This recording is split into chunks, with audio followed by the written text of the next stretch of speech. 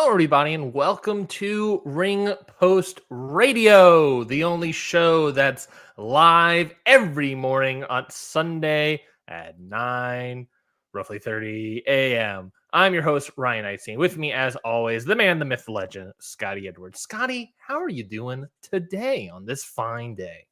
I'm doing pretty good. Yesterday was a very long day, but I am here. I'm here to talk about wrestling, I guess. I know what our topics are today. It's not like I'm going to be talking like completely about actual wrestling, inside the ring, but it all goes hand in hand at the end. And I'm looking forward to getting angry with you.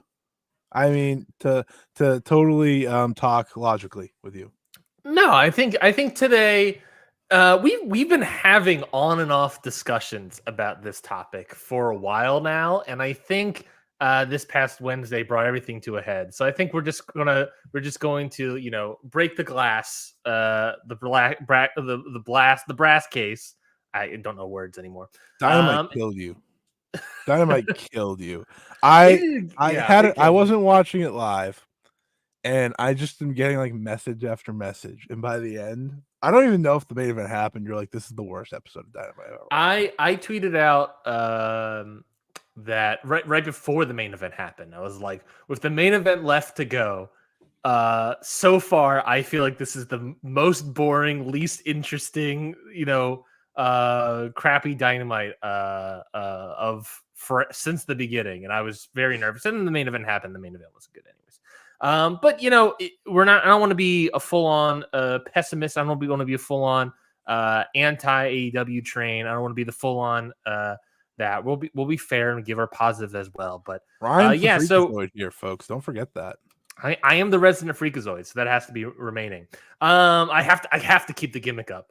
I'm not going to go full on Ari Emanuel on their ass, but I think it's a question that has been on everyone's lips since Wednesday, and has been a point of conversation for a while now. We've flirted with this for a while. It got worse the day after. To be fair, the Yeah, day that's definitely after true. was when I was like, all right, I've had enough.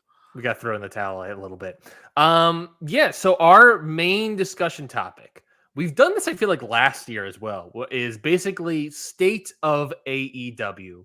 How are they doing? Your discussion topic, AEW, what have you done for me lately? And I just want to open with that. What have you done for me lately? I wrote that on Wednesday. And then since then, on Friday, you get the Rampage, you get the Daniel Garcia title match announcement. On Collision, you get I haven't seen Collision, but based on the reports I read online, Collision, a well-received show, barring one segment, is mostly Collision's what a I've seen. better overall show than Dynamite these days, as is. So And I've heard a similar thing about Rampage is pretty good for a lot of Rampage is people an too. hour of wrestling. That is what Yeah, that show is. which is what I get the idea of as a viewer of AEW, what I kind of want. As So an that's AEW freakazoid or as the resident former. freak, so that's what we're gonna get. So we're gonna talk about a little bit of the state of AEW. If you have any thoughts about the state of AEW, put it in the chat. If you're watching online on YouTube or whatever, put it in the chat, and we'll sort of read your thoughts as we go throughout the episode. Or of course, you can always call in. 2525 Ring PR is our voicemail hotline. Or it'd be a voicemail hot take line. Is that a phrase? Is that something we'd use? In our voicemail hotline, 2525 Ring PR, or of course, right in the private chat on YouTube, and we'll This is sort the of talk about oddest it. of topics, huh? Yeah, we're taking the whole hot topic segment that's taken over this show because we Hot are going to topics. talk about AEW.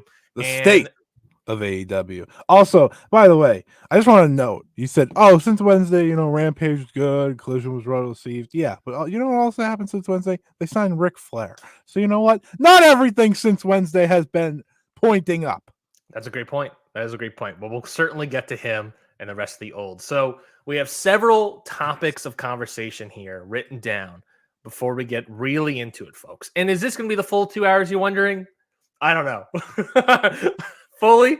I don't know. But we have other planned topics. other things, but We I have complaints about New Japan, so I will make sure it's not the only topic. Yeah, but so we have other things to talk about. Of course, we're gonna preview Full Gear. I know it's a little bit away, but I'm not here next week because this is my wedding week, baby. Yeah, baby. Get it. Yeah, yeah. I need the LA night. Yeah. So yeah, no episode next week, but we're trying to get all the AEW feel Well, in there. well, I'm gonna do my best to put together an episode, but the point Mhm. is, it won't be your usual Ring Post Radio episode, Of and this is our course. Full Gear opportunity. So, which is kind of crazy that Full Gear is that close, but I anyways, I agree. And of course, we're going to try to talk about New Japan Power Struggle as well. So let's talk about AEW. We have different categories. We're going to start off with some of the positives, but of course, we have talks about the WWE production style that's sort of taking over AEW, MJF as the world champion, sort of the influx of comedy characters that have been brought into AEW, sort of, as I'll put it, the stunt booking that has kind of happened of late. I'm going to really point as at the MJF Omega title match on Collision last week as sort of the emblematic, one of the bigger points of that, and then Ric Flair and the Olds as well, and any other topics of conversation we may have throughout this episode. So we'll start off with some of the positives because I want to be fair, folks. We want to be, Scotty and I want to be fair. We don't want to just give an hour and a half, 2 hours, an hour, whatever, of negativity. no. But we want to be at least fair because I don't think AEW is the worst promotion in the world based on what's happening to them. I mean, for God's Well, sakes, Noah they exists. Come on. Noah exists. They don't. AEW doesn't have their former world champion coming out like a mafia hit boss. Well, remains to be Slash the seen. Undertaker. Slash the Undertaker remains to be seen, but we'll see. They don't have a cutting to a guy and a bunch of women doing cocaine in the middle of a pay per view. The AEW certainly does not have that going for them. And they don't Well, have a pay per view in a country that does not respect women and actively has in the past murdered journalists like WWE and Saudi Arabia. But AEW has had some negativity as of late, but also it is still some positives. So for you, Scotty, what are still some of the positives of AEW for you? Sort of Strickland has long been a positive for me. You know, there were many times that I came on this show in the past before he started to get this push and complained that he wasn't getting a push. I'm sure you remember that. I was very adamant about that. And I think for overall, he's really taken it with stride. I think the story with him and Hangman's great. And it's probably my favorite story on TV these days. So I'm going to give the nod to Swerve rather than just the Swerve Hangman story because I do think it's a lot of him doing the work on that. Um, and then for the most part, Bullet Club Gold, I do think and this is part of the comedy problem. They've made them a little bit too comedic for me as of late because I think they're funny just naturally, but I think that they're focusing almost too much on that. But overall, still, I do think that they are one of the pluses of this show. Um, I also give credit to the women's champions. I think having Hikaru Shida and Chris Statlander as your women's champions is something that this company has desperately needed. It's two people to really lead that division. Now, is the division booking perfect? No, not even remotely close. The half the debate before Dynamite even started the other day was the idea of Willow just getting a title match after losing a number one contenders match the week before, right? Like that is a problem for AEW that is almost different where they just throw people into these random matches and it's like, okay, what what have you done for me lately in many ways, right? That is kind of the topic. We see that with the women's division more than anything though, right? Like as I've pointed out time and time again and people try to tell me I'm wrong, but I will not accept that I'm wrong on this one. Tony Storm's getting a title match and her in her past 5 matches, she's lost 2 AEW world title matches and her only wins are against people that who aren't usually in winning scenarios on TV. So, but you know, it's in Hollywood, so that goes with the character, I was told. Like overall, that is, and I'm getting into my complaints more than anything. So I'm trying to You quickly veered. well, it's because I have a lot more of those. Yeah. No, I get you. I will I will say the pay-per-views overall, like I still know I'm going into Full Gear with excitement because it's still a pay-per-view with a lot of great top matches. Now, most of them we've seen before, but that doesn't matter to me because that's what wrestling is at the end of the day, especially when you're gonna run so many pay-per-views now. I have no problem with doing some rematches, especially when they're the rematches that they're doing. And my final one would be Samoa Joe. Yeah. But Samoa Joe, like, he's in this interesting role right now where he's mostly just talking.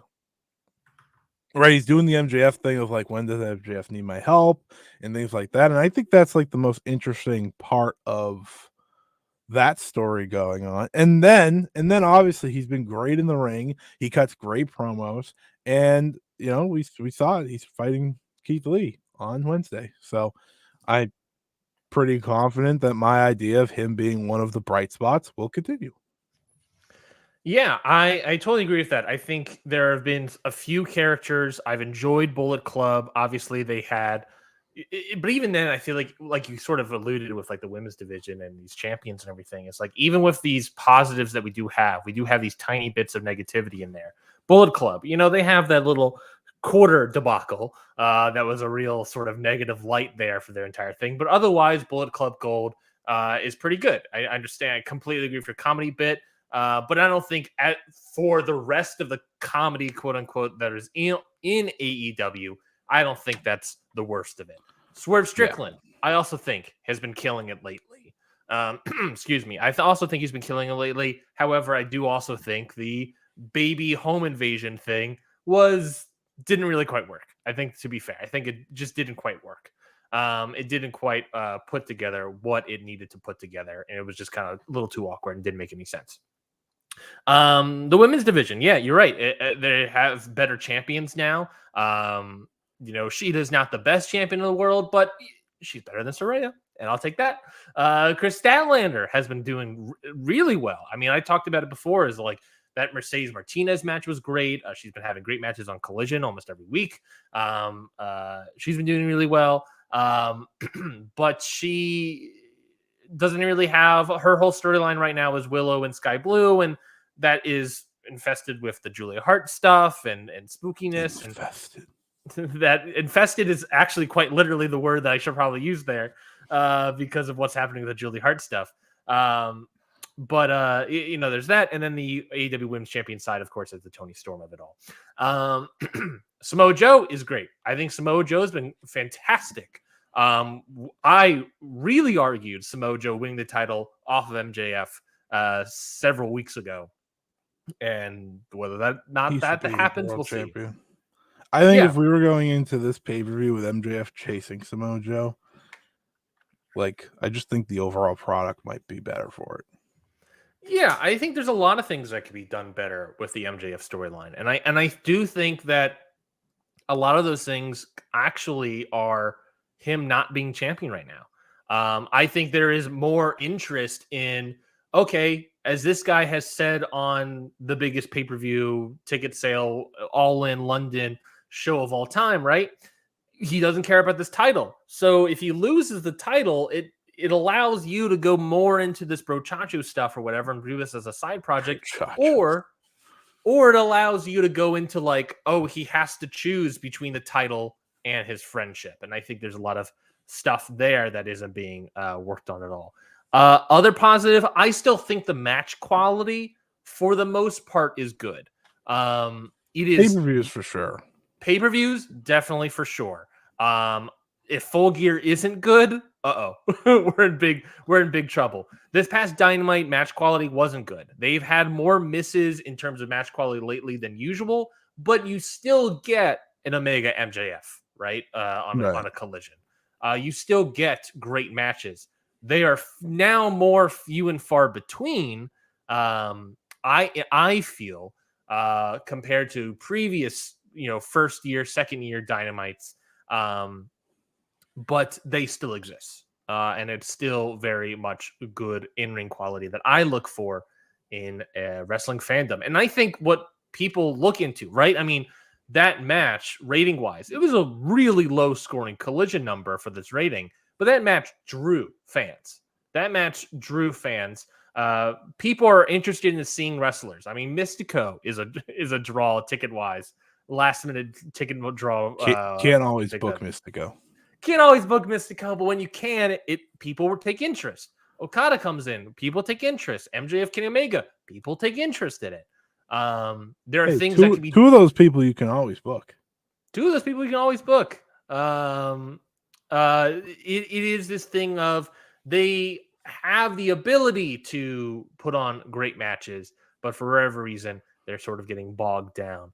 I'm trying to think of any other positives, and the fact that I can't really think of any other right now come to mind is tough, right? I think that's Mox and around. BCC. Yes, He's Mox been and around, BCC have enjoyed. Obviously, Mox coming back. That there was a weird segment with that on Dynamite this past Wednesday, but he got a promo late in the night, and I enjoyed that. Mox is still great. Danielson is obviously still great. BCC are still doing great. The Elite, they're fine. They're fine. They're not great. They're fine. I was like, you definitely can't say that they're overall great right now, because I mean, one of my biggest complaints is the tag division that doesn't exist anymore. Mm-hmm. They have arguably like 6 of the top 10 tag teams in the world or something like that. And this division is non-existent and has been non-existent for the majority of the year. Yes, guess what? This is where we're starting on the complaints, because this wasn't even part of our complaints. But the tag team division was supposed to be what really made AEW different. Mm-hmm. I think, like, yeah, they can have great singles matches. Yeah, they can have great whatever. But the tag division was something that they were supposed to take care of. They were supposed to care about. They were supposed to push in a main event spot. And that no other company seemingly care about. No other company cares about. Listen, I think I see more great tag team matches these days in WWE than I do in AEW. And I mean that. Like, I legitimately mean that. I think there are better week-to-week tag team matches for a company that doesn't care about tag team wrestling all that much, compared to the company that has the Young Bucks signed to the highest contracts a tag team has ever been paid, that has FTR, that has, Aussie Open. I understand one of us hurt, that has the Lucha Bros. Like, this is my point. Why is it on a week-to-week basis? And this is a good thing because they're great. But why is it on a week-to-week basis now? I feel like the Creed brothers are the ones being talked about, and I hear nothing about the AEW tag division in any positive light because nothing's happening. Yeah, it's been a frustration. The FTR title reign did not really go anywhere, really do much. Starks and Big Bill, I just saw. I haven't seen Collision, but I saw clips of one half of the tag team champions, Ricky Starks, getting his ass beat by Roosh, which, I'm partial to, but he is a champion, so we have to acknowledge and be like, well, that's the state of your tag team division right there. The Trios division, the start of this year, right, was the end of the best of 7 series of Death Triangle and the Elite. And now it is celebrating the 69th day of the Acclaim's Trios run, and the Acclaimed, in my opinion, are sort of I was into the Acclaimed, no longer into the Acclaim. They're so past their expiration date for me. But the tag division's rough. There, you know this. I know you've been there. And I think to sort of expand that conversation division, I think a lot of that sort of it feels like the divisions are more fluid right now, and they're more of like you don't really know concretely what is happening within divisions anymore. Like I recognize that they're teams, but I don't recognize who is like anything that's happening. You want the rankings back. That's what you're saying. What I'm sort of alluding to is I don't think the rankings are the solve there. I think the rankings were a good way to solve them when we have. I think that's true. I think And The I didn't rankings like were them. a good way to establish the stuff.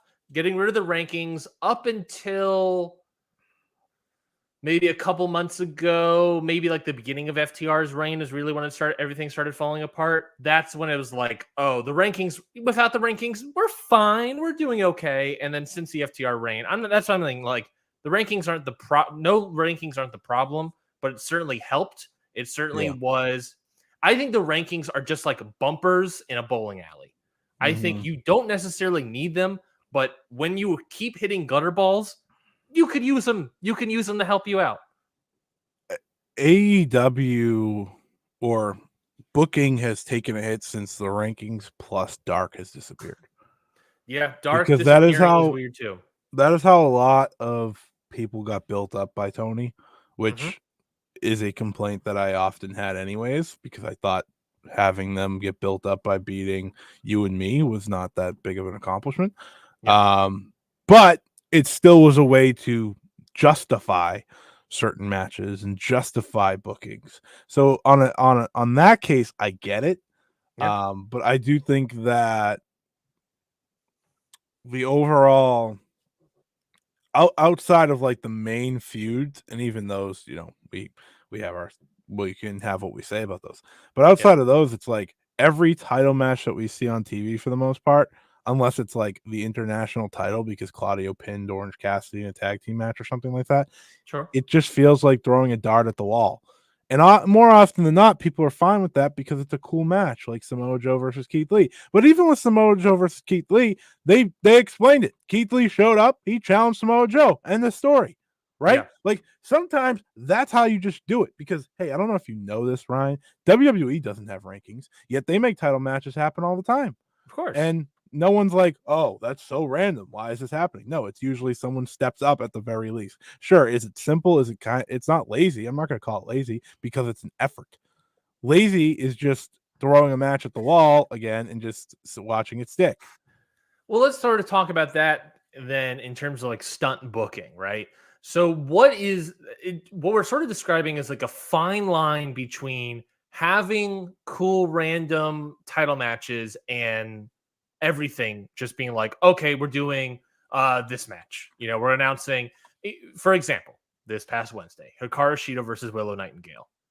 Willow Nightingale, if I'm not mistaken, has not won a singles match in AEW for months.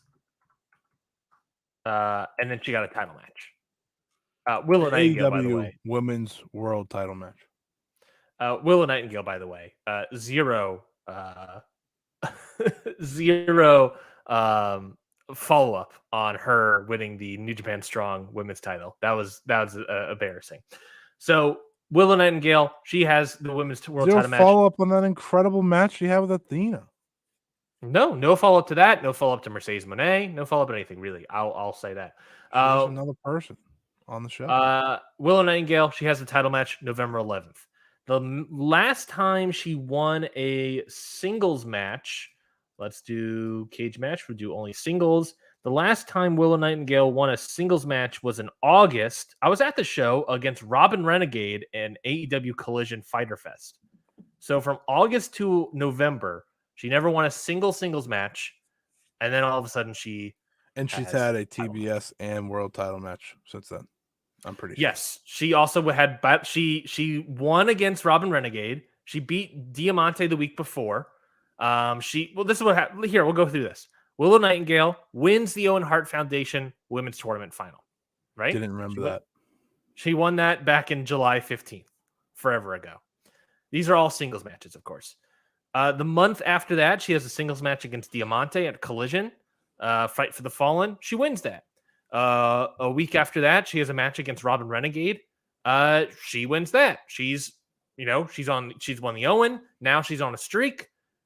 On Dynamite, maybe a month later, she has another singles match where she loses against Julia Hart. Julia Hart bumps up for the title match against, Chris Statlander at the time. Julia Hart loses, Battle of the Belts, Chris Statlander versus Willow Nightingale. To me, that kind of makes sense, right? You have someone who won the Owen, goes on a little bit of streak, loses to Julia. Julia loses at the pay-per-view, so you do a follow-up with the second place kind of quote unquote person, the number 2 contender in Willow. And then that kind of ends, and then you get Willow a month later getting an AEW Women's World Title match. After Explain that losing one. a number 1 contenders women's title match. She lost the number 1 contenders in a way, then lost the title bout in the set number 2 contenders on bottom of the belts, and then gets a Women's World Title match out of nowhere, and then loses that, of course. It's a constant in this company, and this is something that they've always done. This isn't a brand new thing. Yes, that is one small example. Like, I don't even know if this is stunt booking, but I will never forget the idea of the Keith Lee Swerve Strickland feud. I'll never forget it. It's still in the back of my mind because they never ran that match. Yet they did all the angles. They had Swerve stomp Keith Lee and this and that, and it's just like, it's an inconsistency to not follow up with that. And it's pretty bad, especially when people are interested in it. For whatever reason, I'm not going to sit here and know why that match didn't happen. Because truthfully, I can't confidently say why that match didn't happen. But to run a tag team match angle, right? A tag team angle. They were tag team champions. They turn on each other. And never once do a one-on-one match between those tag team partners is laughable to me. Like, that is not that is like booking 101 of something to do, is to get that payoff match because it's just on TV. It's so simple. If you didn't want to put on pay-per-view, fine. Should that match have been on pay-per-view with the way the story that was going? Yeah, but it wasn't. So at least put it on TV. It's just one of those many things that I have started to pick up with this company. For whatever reason, certain things don't always follow through. And that is stunt booking 101 at its very best. Going all the way through with someone. You want to talk about Daniel Garcia? Shall we? I was just about to do that, Scotty. Daniel Garcia has been arguably the biggest what's the exact word that I want to call it? He has been the biggest. He has failed because of stunt booking, and it's not his fault. Let's start with the BCC story. Sure. Shall we? Right? Do you remember this? Oh, this great story. This top of the line AEW story. Will Daniel Garcia go with the Blackpool Combat Club? Will he join with Bryan Danielson? Or will he stay as a sports entertainer? Everyone wanted him to be a pro wrestler, especially after those matches with Danielson. Ryan, my favorite AEW match last year was Bryan Danielson versus Daniel Garcia, best 2 out of 3 falls. That was my favorite match. That was on TV. Yeah. Sponsored by House of Dragons. And the follow-up of that match was Daniel Garcia stays with Jericho, and then he's not even in the Ring of Honor world title match, and then he's just faded to black. He's not doing anything. And he's pretty much done nothing this entire year. JAS is now gone, mind you. And Sammy Guevara has essentially taken his place that he should be in terms of if he was staying with Jericho.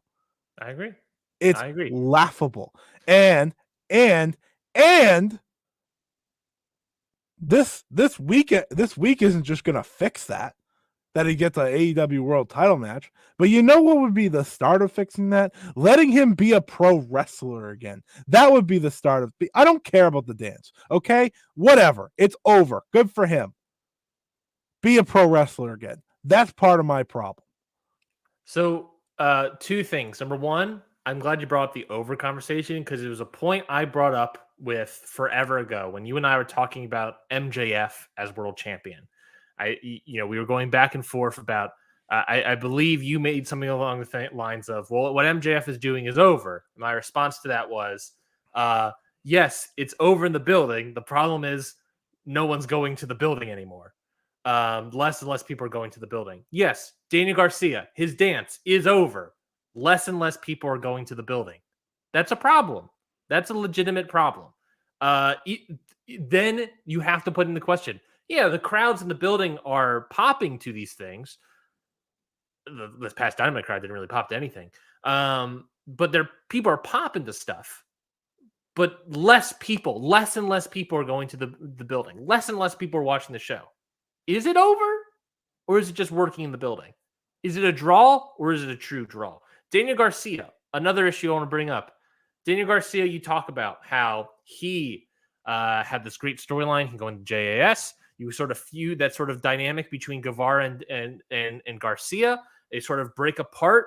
You kind of get this feud or thing come up again. They're kind of setting up like Garcia and Sammy Guevara as like ultimate rivals and regarding the Don Callis family about these sliding door metaphors between Sammy Guevara and Daniel Garcia and what their career should have been. A lot of people feel like it should have been Daniel Garcia in that Guevara spot. But let's also just talk about his actual booking in terms of his single matches, just like we did with Willow. Because again, he wins a match on Rampage on Friday against Trent Beretta. Spoilers. And then he cuts a promo saying, this is about young revolutionaries and all this other stuff. And yada, yada. Trent Beretta, by the way, that is facing Shingo Takagi for the Never Openweight Championship next week. But also true. Maybe he should have won that match. I fully thought Trent was going to win that match because I was like, well, he's facing Shingo next week. Surely he needs to win this match. By the way, this is totally off topic. Sonata just became the longest reigning IWGP World Heavyweight Champion ever. Go. Am I reacting? No. Go back to your Garcia wins total and stuff like that. So Garcia, cuts a promo afterwards saying he wants to go for the world champion. All right, that's fine. You could do that. That is, at least it wasn't just booked. When was the last time? This is true, but same thing of stunt booking. This is the same. Oh, absolutely. Same thing issue with like the MJF Kenny Omega getting like basically a 2-week build. This is a less than a week build for Garcia MJF. Garcia, before Rampage, take a guess. When do you think his last win was? Singles win? Singles win. On TV. On television. Well, yes, I'll say on television. March. Oh my God. 15th. St. Patty's Day Slam. And Scotty, I'll let you guess of whether or not you even count this as a win. Daniel Garcia defeats Brody King by referee's decision. He got his ass handed to him for 12 minutes, and the referee was like, whoa. Garcia's got to get this. The more, if you want to give a more proper win before that, it's on Dark in March. A more proper television win is on Dynamite in February, beating Ricky Starks. This guy hasn't won a singles match since March. I don't remember when we talked about this. It might have been the end of last year. And you have always been a very big believer in Daniel Garcia. You've seen him as a future main eventer for AEW and things like that. I don't know about future main eventer, but he's definitely he can definitely be up there. He definitely okay. Well, you said main eventer. You didn't say world champion. There's a big difference. Being in main events and being a world champion, very different. But my point is, and I was like, yeah, I can see it. That's clearly the path AEW is taking with them. This was probably around after the Jericho BCC stuff. Mm-hmm. Look at where we are now. Sure, he's walking into an AEW world title match, but a week ago, he wasn't even in. He was out of sight, out of mind, and has been for the better part of the entire year. He is someone that has suffered because they were afraid to take a chance. The same thing happened with MJF at the end of last year when he clearly was going to be a babyface. Yes, I understand we are going to talk about the babyface MJF stuff very soon, but at that time, MJF was doing great character work. MJF wasn't comedic. Adam Cole was nowhere to be found, by the way. So you didn't have to really worry about the brochachos if that's something that you were worried about. That is another constant, and that comes with the stunt booking of not going with what the crowd wants always in terms of overall story. Sure, they'll go with like, oh, here's your match that you want, or here's this that you want, but they'll never, Daniel Garcia is getting some of the loudest cheers in the building. You're a pro wrestler, stuff like that. we're just going to keep you Jericho, and then JS is going to go away, and then you're just not going to be seen from. Like, that is what that became, rather than, oh, you're going to go with the BCC, you're going to team with Bryan Danielson, you're going to keep getting over, you're going to keep being this great pro wrestler, and you're going to build yourself up. How is that? How is one better than the other? Because to me, I remember at that time watching that, never 1 minute did I think that he should stay with JAS. Mm-hmm. And it always felt like the end result for him was to break away. And I have been proven 100% right. Mm-hmm. Well, here's the thing, Scotty, is that maybe all of this for Daniel Garcia was to be more emblematic of Daniel Bryan, right?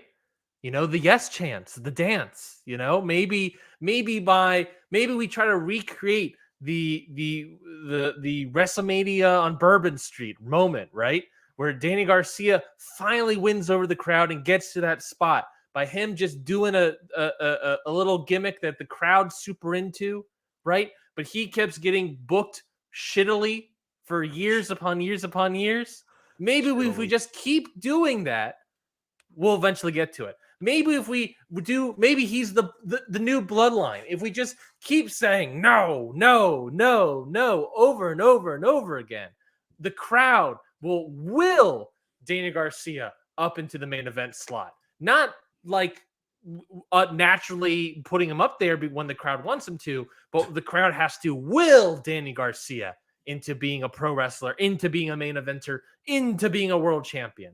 Maybe that's what's got to happen, is that we just got to do the Daniel Bryan method with Danny Garcia and just get him to go all the way forward after losing for years about it. I can't stress enough how difficult it is to follow a Daniel Bryan method, how difficult it is to make that happen, because usually it doesn't happen on purpose. It's only name all the people that it's worked for. Daniel Bryan. I think that's it. To get the world title, is what you mean, I assume. Yeah, Daniel Bryan.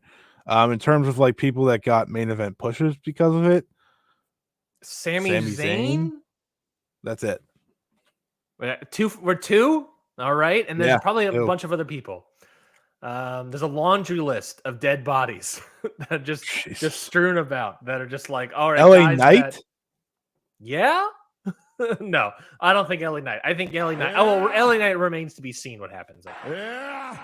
But I think it's just more of to me, it's more of the copying of WWE that's frustrating. Number one, I think a lot of ways to fix the stunt booking, by the way, is again, I don't think this is the proper solution, but a way to fix it would be the rankings. Legitimately, the rankings keep you honest. If you have a random, oh, why the hell is Willow Nightingale on getting a title shot? Oh, well, she's been winning on Dark for months now, and she's like the number 3 contender or whatever. It makes sense to finally give her a title shot and just bump her back down. The things like that makes sense. It keeps you honest. Maybe that's not the perfect solution. Maybe it was too much to handle, but those are the sort of things to keep you honest. Here's the thing. Athena's great. I love Athena. She should be on AEW television, right? She's been a great Ring of Honor Women's World Champion. Yeah. Not going with Willow. Best. Yeah. Again, this is Ring of Honor booking now, but not going with Willow in that match where everyone believed she was going to win. Silly. New Japan just did this. Like, they just did this. Yesterday, they did this type of booking, right? Where everyone believes in the person who's challenging for a title. The story of the match goes to, oh, this person should win, and then they rip the rug out from under you, right? That is what happened with Willow. Now Willow's just like kind of doing stuff sometimes, not really. And Athena is still in Ring of Honor for some reason. Yeah. It doesn't make sense. This was the company that laid out and really perfected American long-term storytelling in the post WCW WWE world. This was AEW was the company trying to replicate a long-term story that WWE put together. And it's doing it at the exact same time, doing a similar story at the exact same time, practically. Well, listen, this is the thing, right? It's like you're trying to replicate a story that obviously got WWE white hot. That's fine. But you're trying to replicate a story that has now just went way too long. Yeah. And Adam Cole and MJF haven't even come close to the Bloodline story length. And I think a lot of people would argue it's gone way too long, especially now that Cole's hurt. Well, it also becomes the question of like, is it even worth going that long? Because Bloodline took about 2 years to finally start becoming a true draw. If MJF and Adam Cole go for 2 years, I'm going to lose my mind. Exactly. It's not necessarily going to work. What was my point I was going to make? But yeah, this was the company that really did well on long-term storytelling. And it feels like all of the sort of long-term story beats have been sort of thrown away. The Daniel Garcia bits, right? The elevation of him as a maybe even just say a mid-carder, it feels like has kind of gone to the wayside a little bit. And now he's struggling on the low card. Ricky Starks, the CM Punk stuff falls apart for other reasons. Bryan Danielson stuff, and then the follow-up is just sort of whatever. Takeshita, long-term elevation, you don't really do anything. There's no follow-up. This man beat Kenny Omega clean on a pay-per-view and has done nothing since. Pinned him twice. Has really done nothing since. Long-term storytelling. I mean, MJF, Kenny Omega. You could have the numbers haven't put together. You could have start booking that after All Out. You could have started setting the seeds for that All Out, and you really set the seeds into a BTE segment a month before. It's shameful, really.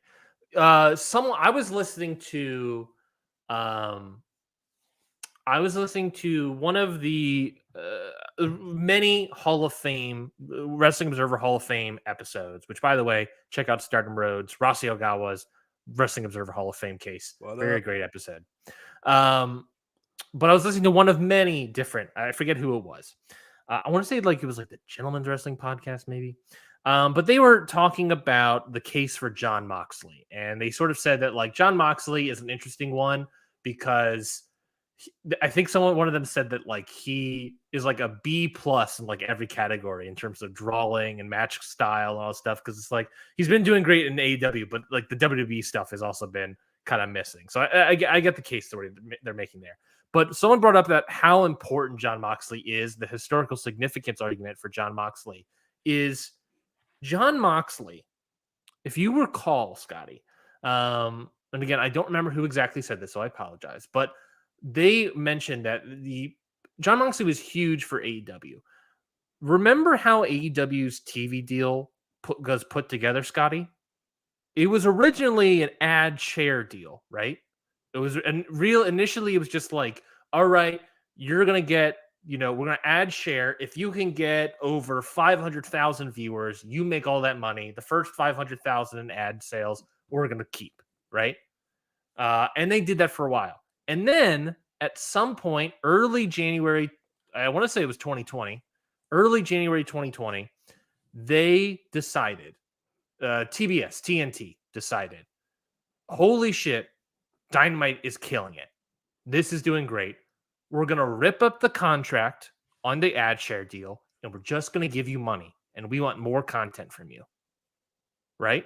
Remember that was a huge moment for AEW and largely was the cause of what saved that company. The rivalries that were happening at that time were Chris Jericho and Cody Rhodes. Or I believe it was Chris Jericho. No, I think it was Cody Rhodes and MJF or something like that. And it was Jon Moxley. It was Jericho and Cody into MJF and Cody. Yeah, and then it was Jon Moxley as world champion, right? If it was Moxley as champion, then it was definitely Cody and MJF. Yeah, it was Cody, MJF, Moxley, Jericho. That was your top storylines at the time. Really, Mox and Jericho were a huge storyline at the time. That was your biggest thing.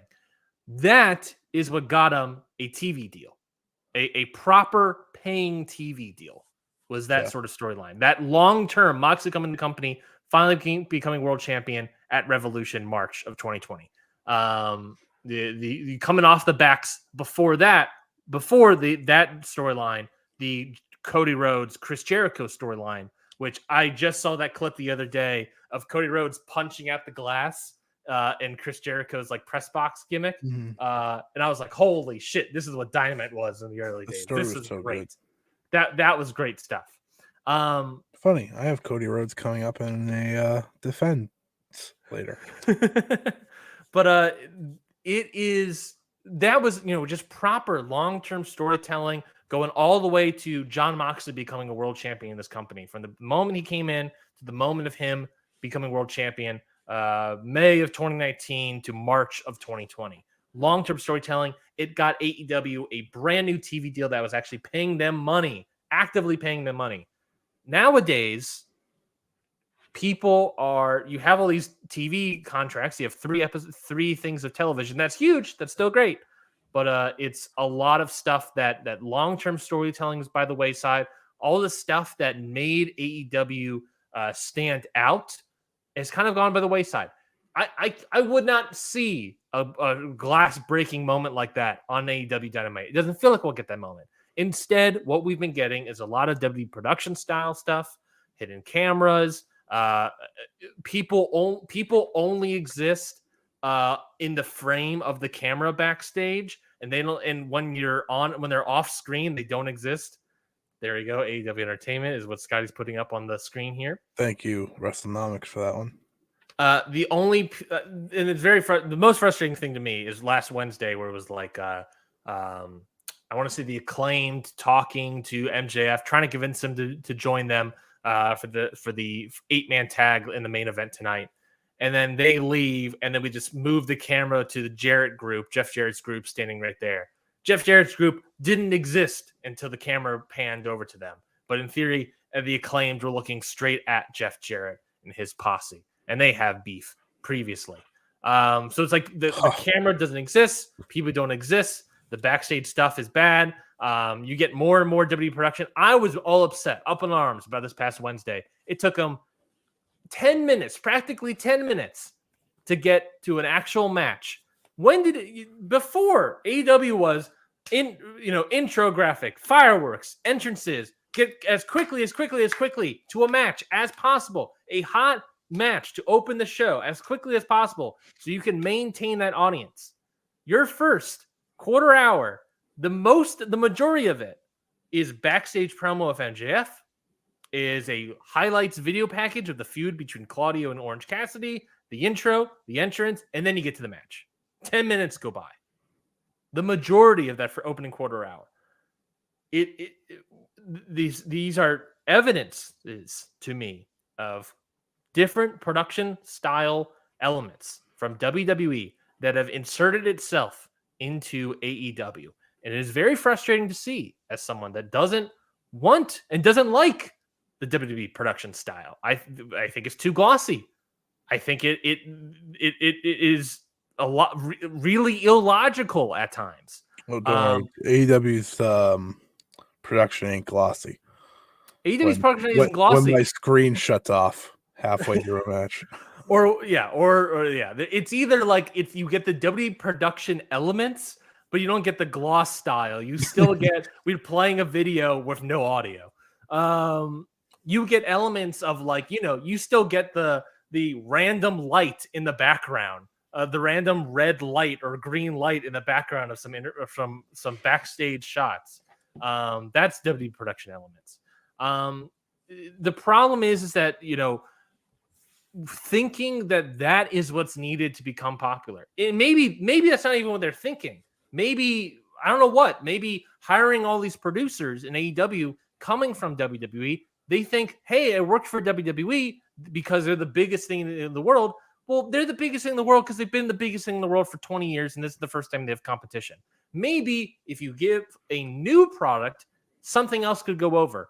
If you just copy a product, and that's a thing that's been WWE in wrestling forever. If you copy someone, it can get you over. But everything has diminishing returns. Trying to copy production style, trying to copy various storylines, I reference kind of what they're doing with Daniel Garcia, it feels like, in terms of Daniel Bryaning him. The bloodline stuff of MJF, we've heard that come out of this is our own bloodline storyline. All of this stuff has diminishing returns, and the returns are really being felt right now in AEW. There's one constant between WWE when it was not red hot and AEW now. Hey, we'll even toss Impact in there when they were. I'm glad we're bringing struggling. Jimmy Jacobs has brought a lot of comedy, because this is what Jimmy Jacobs brings by now. I think everyone should know by now what Jimmy Jacobs brings in terms of on TV presence, right? And he is now the right-hand man essentially of Tony Khan. Has been stated by Tony Khan is that he is his number 2 right now. Right. He is the Bruce Pritchard of Tony Khan. And I don't want to put every bit of blame on Jimmy Jacobs, because at the end of the day, this is Tony Khan who books the shows. And this is, you have a million agents and you have a million people and you have a million other things in his ear. But there is a clear consistency, or lack thereof, in many ways, of booking when Jimmy Jacobs is in the room. There's a lot more comedy. There's a lot, stupid, spooky things. There is a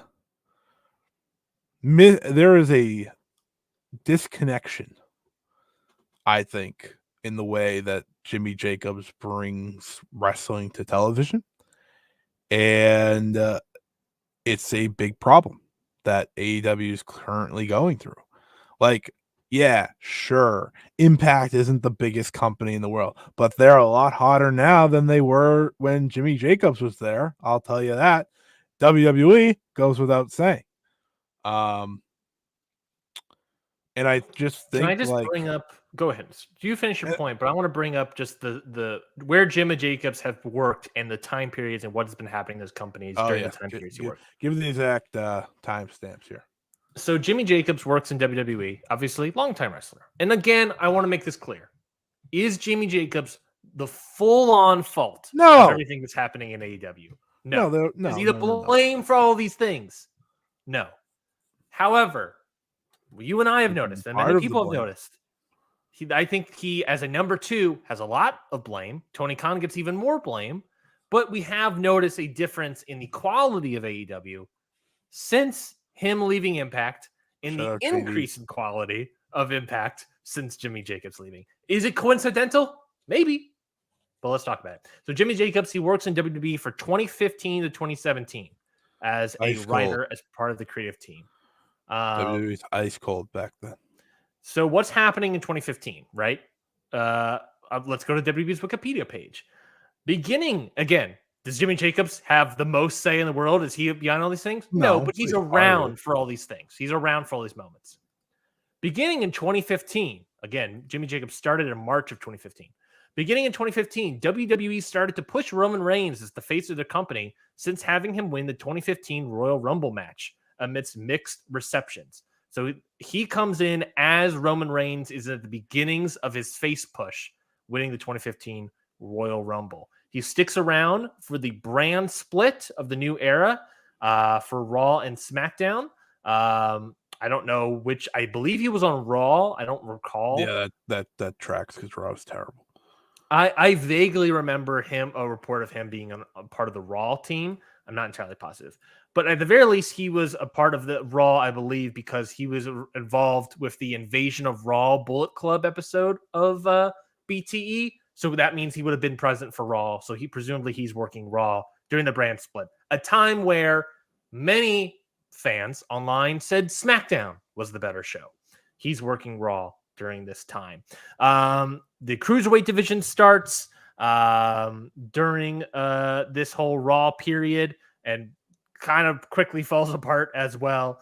And then when Jimmy Jacobs leaves, October of 2017, UK starts, and pretty much that's it. Nothing really happens. My point there being is SmackDown is kind of considered the number one thing. Jimmy Jacobs is working at Raw. Again, coincidental, maybe, I don't know. Cruiserweight division, one of the most popular things coming out of the Cruiserweight Classic was this huge thing happening in 2016. It pops up on Raw, quickly falls apart and gets rifled with no longer what's one of the reasons. This is a great point. I don't think Jimmy Jacobs involved with this. I don't know, but what was one of the issues with the Cruiserweight division going to Raw is it started no longer being about work rate.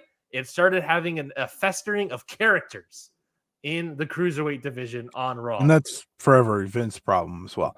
That's forever Vince's problem, but coincidentally, there's a lot of characters popping up in AEW, and Jimmy Jacobs is also around. He's around. Jimmy Jacobs, whether or not he is in actively a part of all these storylines, he is around during all these storylines. Yeah, exactly. Which, again, brings the point up that there's clearly he's part of bringing that emphasis that has really soiled certain companies, I think. And while there may be some complaints, but also during that time, so thinking back to then, wasn't that when Kevin and Jericho were together? Yes. He was a big part of that, which was good. Which is fair. About friendship. About friendship. We have a comment from Far. Oh yeah, he was at Raw and wrote all the Kevin Owens Jericho stuff. So that was good. However, a lot of that was comedic, right? A lot of that was, you just made the list and things like that, which worked for them because that was in their bag, right? And I think thank you for bringing that up, Far. But I think he's tried to carry that over now to everything. Do you think the Brochachos then is an extension of the Kevin Owens Jericho idea? If that's the case, thank you, Far, for pointing that out again. Yeah. Feels like a lot. It feels a lot more Kevin and Jericho, which I really enjoyed at the time, than it does Bloodline. For sure. Yeah, I agree. And again, my point there being is we definitely know he's involved with the Owens Jericho stuff. Again, thank you for Far with that knowledge. We definitely know for that fact. My point also being is that he's around during all these pushings of Roman Reigns, and he's around for the brand split on Raw and all this other stuff. He's sort of a highlight of Raw during that period, but it does feel like that might be extension of what the MJF Adam Cole storyline may be. I wouldn't be surprised if they split up at some sort of festival of something of Brochacho. The Brochacho Bash. Sure. That feels like that's coming up. Nacho. Before we move on, Jimmy Jacobs then gets fired by WWE. He makes it around the Impact circuit, independent circuit, and then he hops on the Impact, starts being sort of an on-end character, backstage producer, and then part of the creative team. During this time, you get a lot more of this discussion from maybe our friends JD and Mike.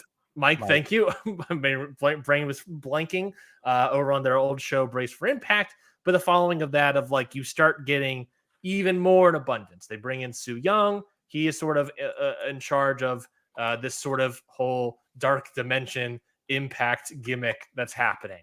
And even still. Around. And even then, he also comes in when they also bring in a lot more Lucha Underground stuff into Impact and start working with Lucha Underground, and they start exploding a lot more into the Death Realm or Nightmare Realm or Undead Realm or what the fuck it's called on Impact. I'm just tracking Jimmy Jacobs' career and what's happening in the companies as he's in it. So he works in Impact from 2017 to 2023. You had another point, Scotty? Overall, the main point I think is that there isn't enough consistency where he leads to great television. Sure, I think bringing up the Kevin Jericho thing is obviously great because that was one of their big stories, but it was still part of the brand that was least popular during that time. on what we can go on based off of what I remember on Twitter and stuff like that. And also remember, like the end of that feud was a WrestleMania match where In the I United think States Championship, which for it was United supposed to be States universal. Championship, yeah, which fell apart, became a U.S. title match, of course, because to be fair, Goldberg was coming in, so I understand that. And then to a WrestleMania match where I think it was Chris Jericho. I know it was Kevin Owens went backstage and Kevin famously asked Vince McMahon, "What'd you think?" And he's like, "I hated it." So that Right. was the end of that feud. Was Vince McMahon being unhappy with that product? But yeah, no, it's just it feels like a lot of. Again, is it coincidental? I don't know, but he is around during all this stuff. He's one of the highlights on Raw during a period where people said SmackDown was better with the Kevin Owens Jericho stuff, which feels a lot more like the influence on the Bro Chacho stuff than anything else. And he is around for Impact during all this abundance of characters and the undead realm and all this stuff. And now he's the number 2 guy. He has taken everything he's learned from these previous companies that have been successes, quote unquote, that maybe he deems a success, maybe you, the listener, deems a success. But ultimately, he is taking all the successes and everything that he saw and tried to learn and brought it to AEW. Is it working? And again, he's not the only problem, Of course not. but he's certainly part of it. Let's talk about another on-screen number 1 problem. MJF. This has long been your problem. You have been very much ahead of the. I think I won't say I don't know if it's ahead of the game. I think you've been consistently with the many people that have become annoyed with MJF. Yeah. Yeah. I took a little longer, but I think it was like 1 week. You eventually come around. 1 week. I think there was like 1 week where I didn't eventually come around. I was there. I was just like, all right, I'm done. Do you recall the moment where you became an MJF hater like I think me? it was pretty much once Cole got hurt. Yeah. Well, 'Cause I was because like, that was this is the useless MJF now. dynamic fell apart from there. Yeah, and they kept doing it. And Yeah. I was like, this is not working. You can't do the story anymore. It's just not it's not a story, right? Like if he's shoot hurt, you can't tell this anymore. And MJF's an interesting one, right?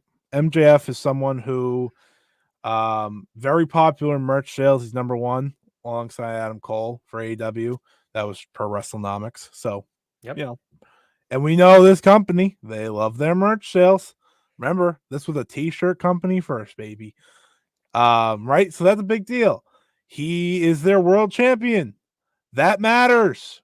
That matters a little bit, right? So he's automatically going to be the first person you look at when we talk about the problems in AEW, right? Yep. And I think that is a conversation that you brought up to me. It was like, well, with any wrestling company that isn't clicking in ticket sales, that isn't clicking in ratings, you automatically look at the world champion. And He is supposedly the top star of your company. right. He's a guy that whose ratings they are up and down these days, but overall in the building, he's the most over guy. For the Which, most part. going back to our conversation previously that I brought up earlier, yeah, he's the most over guy in the buildings. There's just less people in the buildings. This is true. That's a problem. So I think I'll let you kind of map out your problems first because you've been on the ball here with this overall. Yeah, so I when we talked about that issue of there are less people in the buildings for MJF, I talked about how a lot of, in my opinion, a lot of the other issues with MJF is that how great the feud of CM Punk was, right? Mm-hmm. That was really the moment for me where I was like, this guy, everyone at the time was like, this is the future, right? And then going to fast forward to now, where it is like the brochacho stuff, and everyone has their own mileage on it. I was less on it, obviously, from the beginning. But one of the reasons I spoke about why I was less on it is that the CM Punk feud to me was a Pandora's box on the amount on how good MJF could be. We saw how great MJF could be against CM Punk. The Pandora's box was open.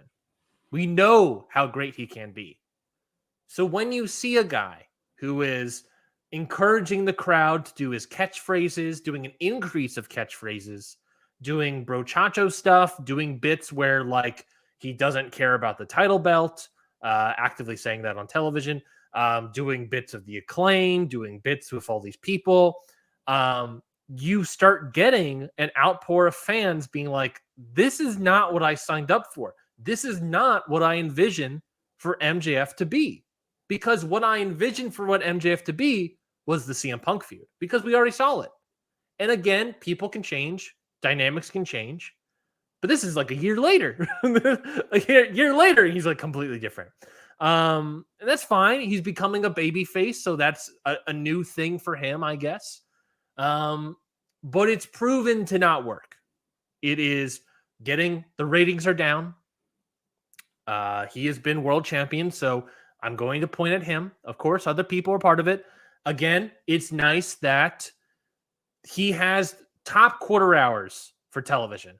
Well, the quarter hours, the ratings have been increasingly going down.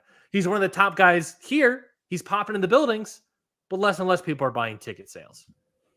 It's very nice that him and Adam Cole are one of the top t-shirt sellers in the biz. One of the top t-shirt, well, yeah, the biz, top t-shirt sellers in the company. It's very nice. As much as we know. As much as we know. It's very nice that that's true. But as you stated, this is not a t-shirt company. I don't give a flying shit about the t-shirt sales about any wrestler. Stone Cold is number 4 for frickin' WWE. Who does that mean? We bring in Stone Cold Steve Austin to wrestle week to week? Well, maybe if they could, they would. Because the t-shirt sales tell me he's huge. It's very nice. Edge is a guy with top t-shirt sales in AEW according to WrestleNomics. Is he a draw? Famously, no, he's not. Just a great comment here from Far. The first Dynamite of 2023 had Danielson tell MJF him and all of Climate Pledge Arena screwed his mother. The problem has been creeping in from day one. Very true. Yeah.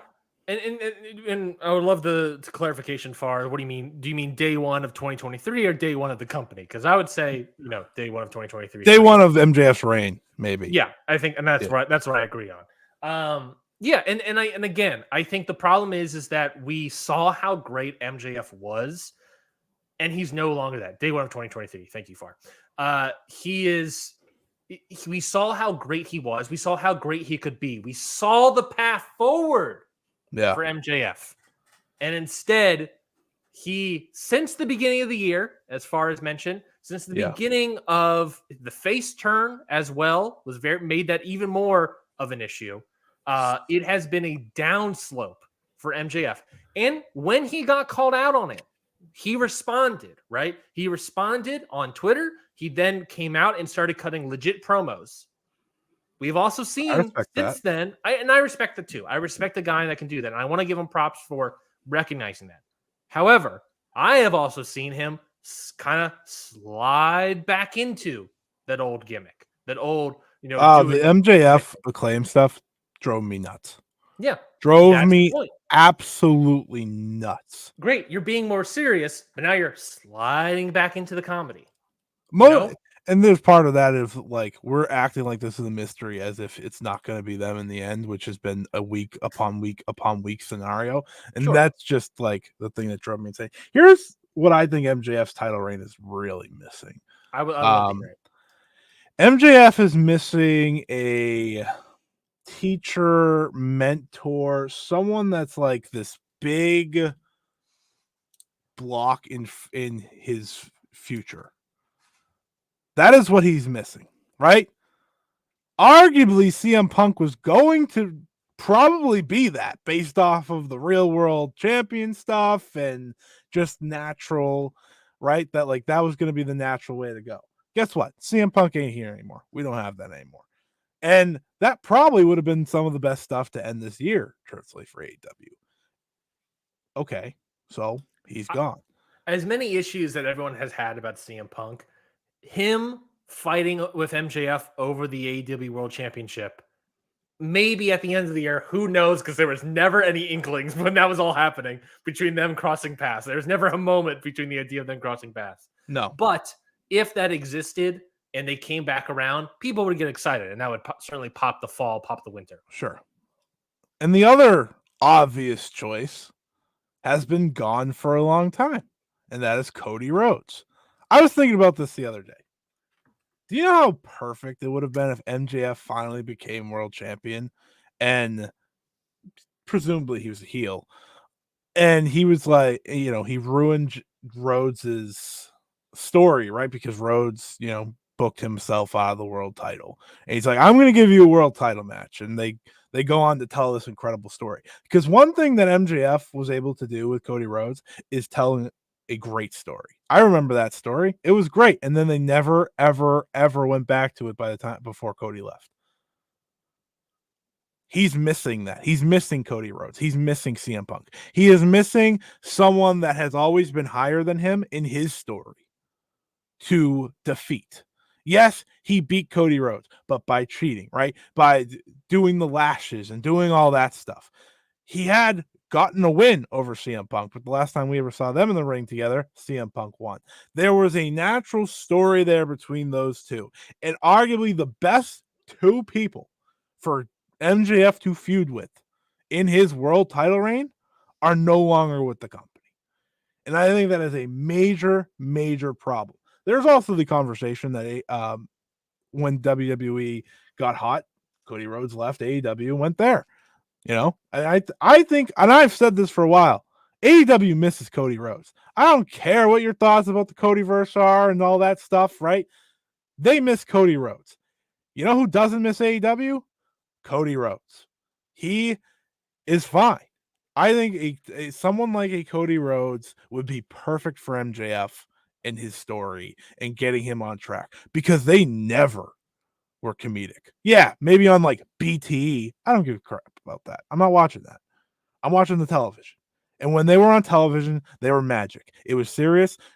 Rhodes took the lashings on the back. Like, that was some of the best. You brought it up earlier when they got the damn TV deal. What was the top feud? Or the second feud? The second big feud. The top feud at the time of the TV deal, Mox and Jericho. The world title program right before that, Jericho, Cody Rhodes. And it went into Cody Rhodes and MJF, which was proving early that MJF could be this guy. And I just think that is what his reign is missing, because there is no one that will take that role now. No one that will fill the CM Punk, Cody Rhodes shoes of this guy that MJF once looked up to and is now a block in his way. You know who tried to be the replacement of that? And in some ways successful. I mean, I think many people would say the match was successful. Bryan Danielson. Yes. And even then, it didn't have the long-term history. No, that did not have the long-term history that the other two did. 100%. I think we would be in a different scenario. Well, we'd definitely be in a different scenario if CM Punk was still around, but that's his fault. If him or Jericho were around.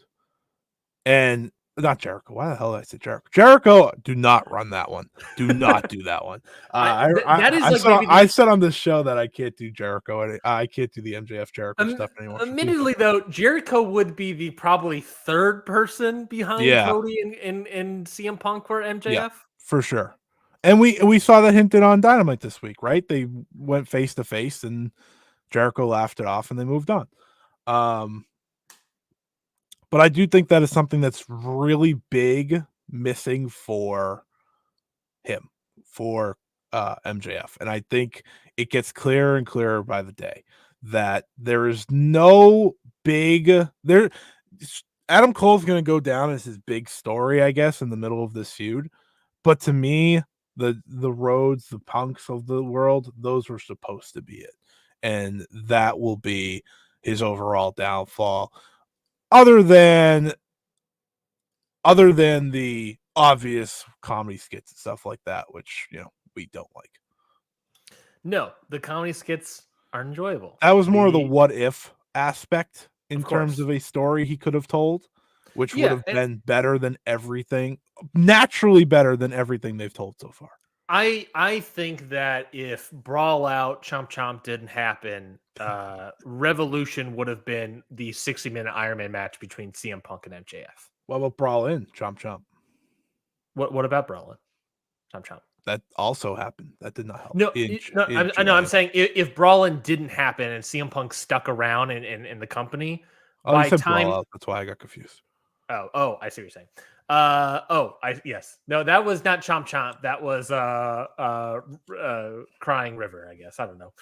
Glass breaking. That was something else. The point there being is that I think if CM Punk was still around during that period, it probably would have been Revolution. It would have been 1 year since the dog collar match. Now MGF is world champion. I think it just would have made proper sense probably there. Exactly. It's frustrating. It's frustrating. Let's talk about a little bit that you talk about the comedy skits, the comedy characters. We kind of alluded to this already with the influx of I think Jimmy Jacobs I notably is hate a part of comedy that. in professional wrestling. I get mocked about that all the time. Well, I'm not going to mock you here, Scotty, because the comedy in wrestling feels almost always the same, at least in like American wrestling. It almost always feels like the same type of humor, which is almost why it always feels like it's always the sort of NXT humor of comedy where it's just like, what are we doing?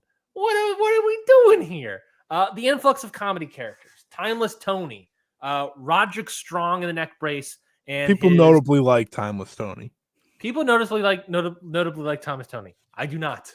I don't think anyone really. I don't think you can take the guess that I don't enjoy Timeless Tony. I can't stress this enough. I want to see Roderick Strong wrestle, not be a comedy character. That's the I problem. feel like I don't need to say that. Scotty, I want to see Toni Storm wrestle. She was great. Now we're doing a character. My problem is I think Roderick Strong's had like 4 matches. AEW that Chris Jericho false cut anywhere that came out of nowhere that was like, holy amazing, crap. Yeah. I think I went like 4 1/4 or something like insanely high on that. I was like, holy crap, this match ruled out of nowhere. But it's frustrating. And I think as a wrestling fan, for me, a lot of the frustration is like comedy characters like Roderick Strong and Toni Storm. What's frustrating about them is, again, the Pandora's box of it all. I know how great Roderick Strong is as a wrestler. I know how great Toni Storm is as a wrestler. I don't care for these comedy characters that they're doing. I don't think they're great at this. Personally. People can disagree with me. Personally, I do not think they're great at this. I think they're great at wrestling. I want to see them wrestle. Is that too much to ask? I think this is always good. I like to show the comments again. Far with a good point. I think they see all the stuff that worked in WWE NXT, and they're just trying to gather new viewers with social media engagement with the comedy skits. Lots of cooks in the kitchen at the moment. It's like a mix of Jericho Owens and fall 2022 Bloodline segments right now, which, again, to the comedy point, you're absolutely right. Like, I don't want all the comedy skits. One gimmick, fine, sure. Like, I understand comedy belongs to wrestling for a lot of people. I'm not saying you have to get rid of everything, but there's too much of it all at once. A great example of it, Danhausen, right? A comedy character that is in the low card. A comedy character that is not involved in the world title picture, like Roddy Strong. Right. A comedy character is not involved in the women's world title picture, like Toni Storm.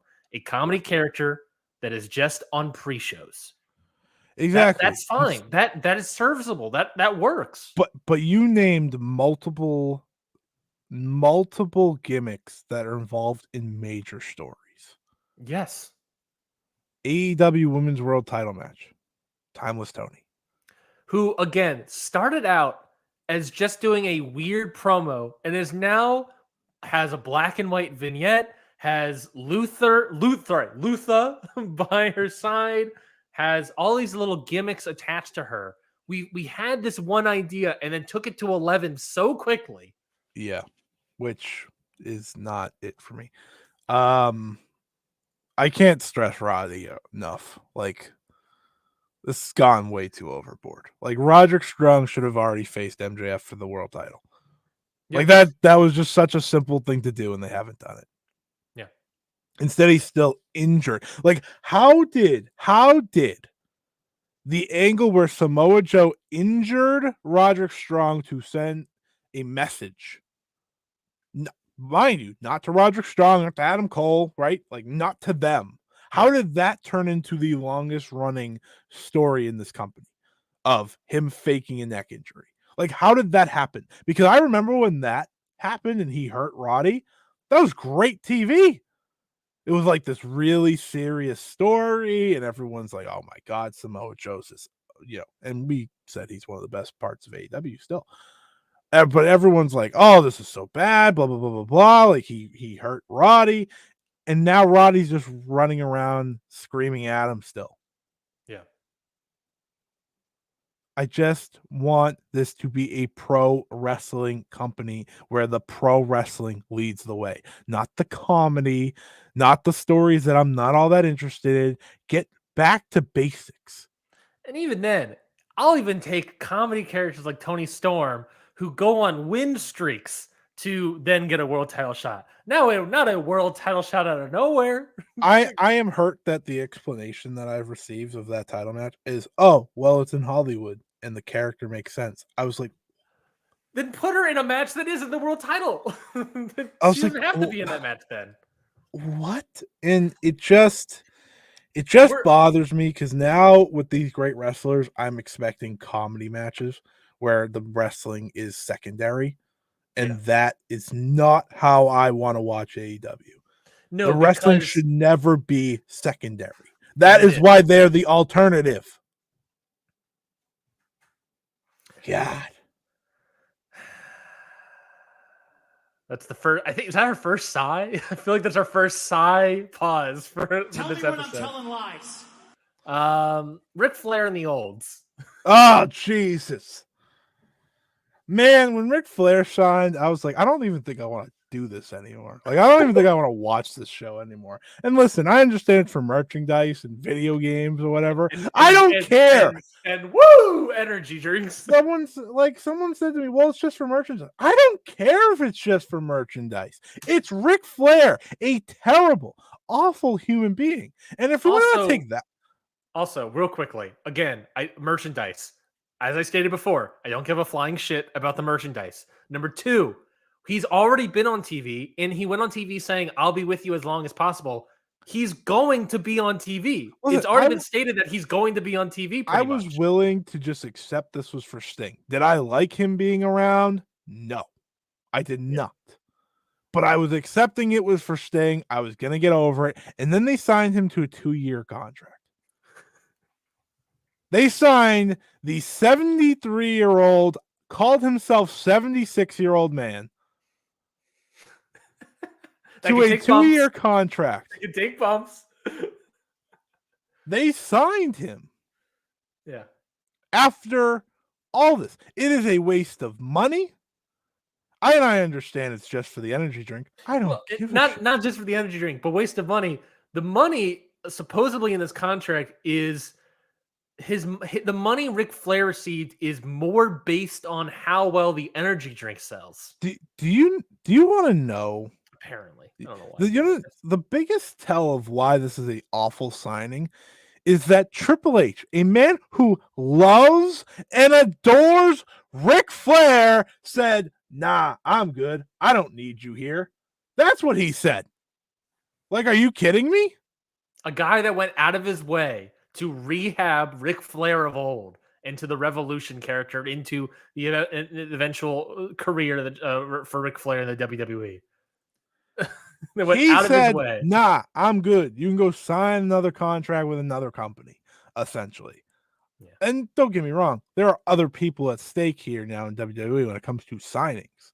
But still, he is someone that he would have fought for, right? Mm-hmm. I have not heard a report of fighting for. And Tony Khan went right to him, said, "Yeah, come on in, Rick." Well, hold on. Let's do a pause there. He did not go right to Ric Flair. He went right to Ric Flair a year ago or however long ago it was. Exactly. He's wanted Ric Flair there. He's wanted Ric Flair since he became available. I just saw as far as new come. I didn't even look at it yet. I'll just put it on the screen.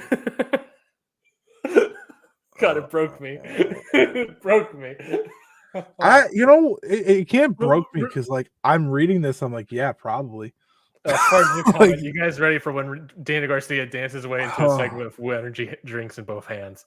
You're absolutely right, because I am not ready for it, and I'm so sad that that's like a thing that I can imagine happening. It won't be him; it'll be like Sammy Guevara to be. No, it'll be Prince Nana because Ric Flair has the whole hip hop sort of thing as well. So Please it'll be Prince Nana. Don't make no. Yeah, but no, be but dancing with it in his hands. Back to the point. Tony Khan was. We know this as there's reports of this at the time that he was intending to sign Ric Flair. That he was going very close. He was going to be paired with Andrade. He was going to pair him with Andrade. That's why Chavo got kicked out. And then the Vice documentary, Dark Side of the Ring, came out. The Plane Ride from Hell came out. The whole story about what happened with him in the stewardess, I guess, is that the name? He has admitted to a lot of bad things. I just want everyone to know that.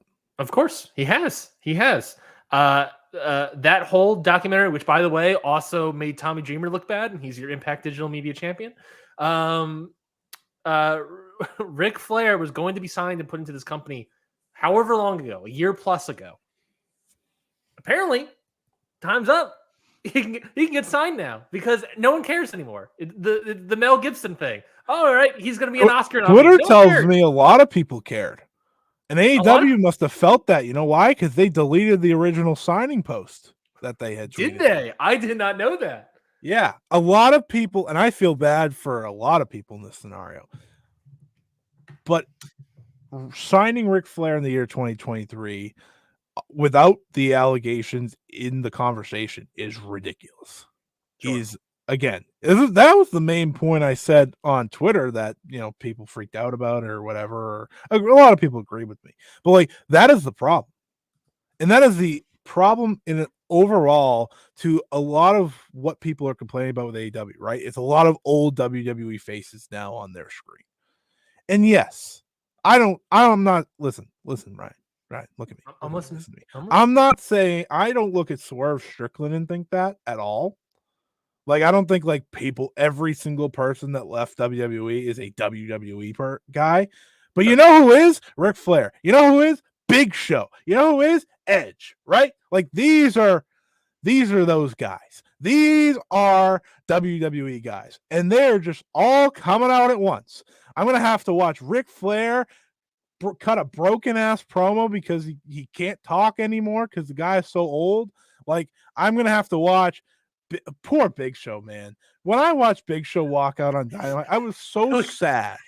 He looked so bad, dude. Like, he looked uncomfortable, man. And I saw him. I was like, "This guy's gonna wrestle.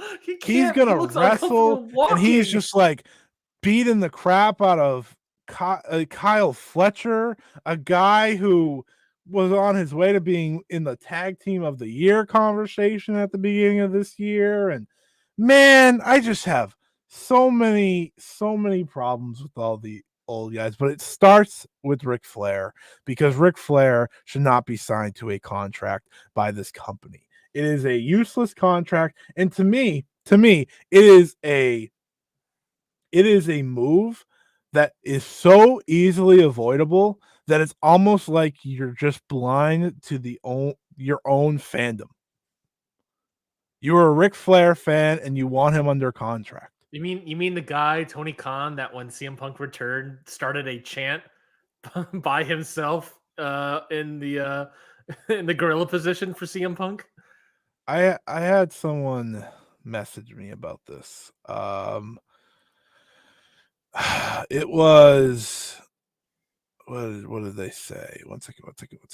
Signing Ric Flair to a multi-year deal is one of the biggest unforced errors a promoter has made. 100%. Yeah. It wasn't necessary for anything. And again, Paul White is in there. You and I previously have talked about the issues regarding Jeff Jarrett. And that got a lot of traction online, obviously. Oh, no. God, Flair crosses with Team Jarrett and they recreate the Flair lethal segment on TV with Andrade in the background. This is the problem. Like, They are trying to backdoor, as Far says in the comment here. It feels like they're in the process of backdooring Jim Cornette into the company. I Which, to be fair, I don't want Jim Cornette in company. However, Jim Cornette at FTR would be a pretty good act. I mean, I'm do not going to not lie. want him in the company. I don't want him in the company at all, but it would be a I good act. I can't deny I that. don't even like I don't even have anywhere to go with the Flair stuff anymore. It's just he's a disgusting human being. That if you're bringing in, whether it's to try and get Charlotte Flair over or just because you want Ric Flair part of your company, it's no matter what it's the wrong choice. And it's one I don't like. Yeah. And it's one that truly might make people start to go away watching this. I think the bigger problem with It's me, a WWE move. I shouldn't say, yes, I agree. I shouldn't say it's the bigger problem because the bigger problem with Ric Flair for me is bringing in a known sex pest Ric Flair. Sorry, 100%. No, sorry, my apologies. 100%. Known alleged sex pest.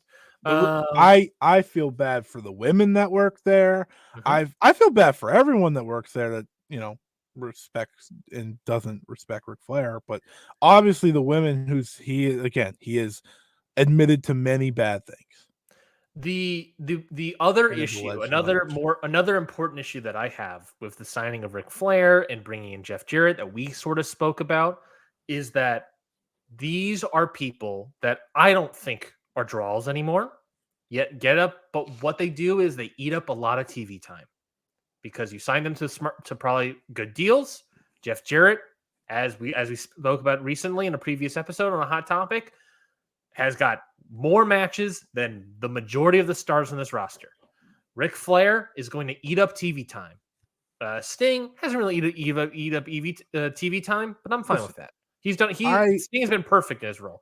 But these guys are going to eat up TV time because you signed them to big, sizable contracts where you need to put them on TV and hope they draw. Edge, he's not up there in terms of the olds, but you got to do something. Paul White was a commentator on Dark. You got rid of Dark, and now you still have this big money contract floating around where the guy's doing nothing, just making bank. What do? We got to put him in a match where he can barely walk. Like, they're eating up TV time, not only eating up TV time, eating up spots that people on the younger roster can put in. You know what would have been good? You know who would have been good? Going back to it all the way. You know who honestly would have been good instead of Paul White in that role? Daniel Garcia. Huh.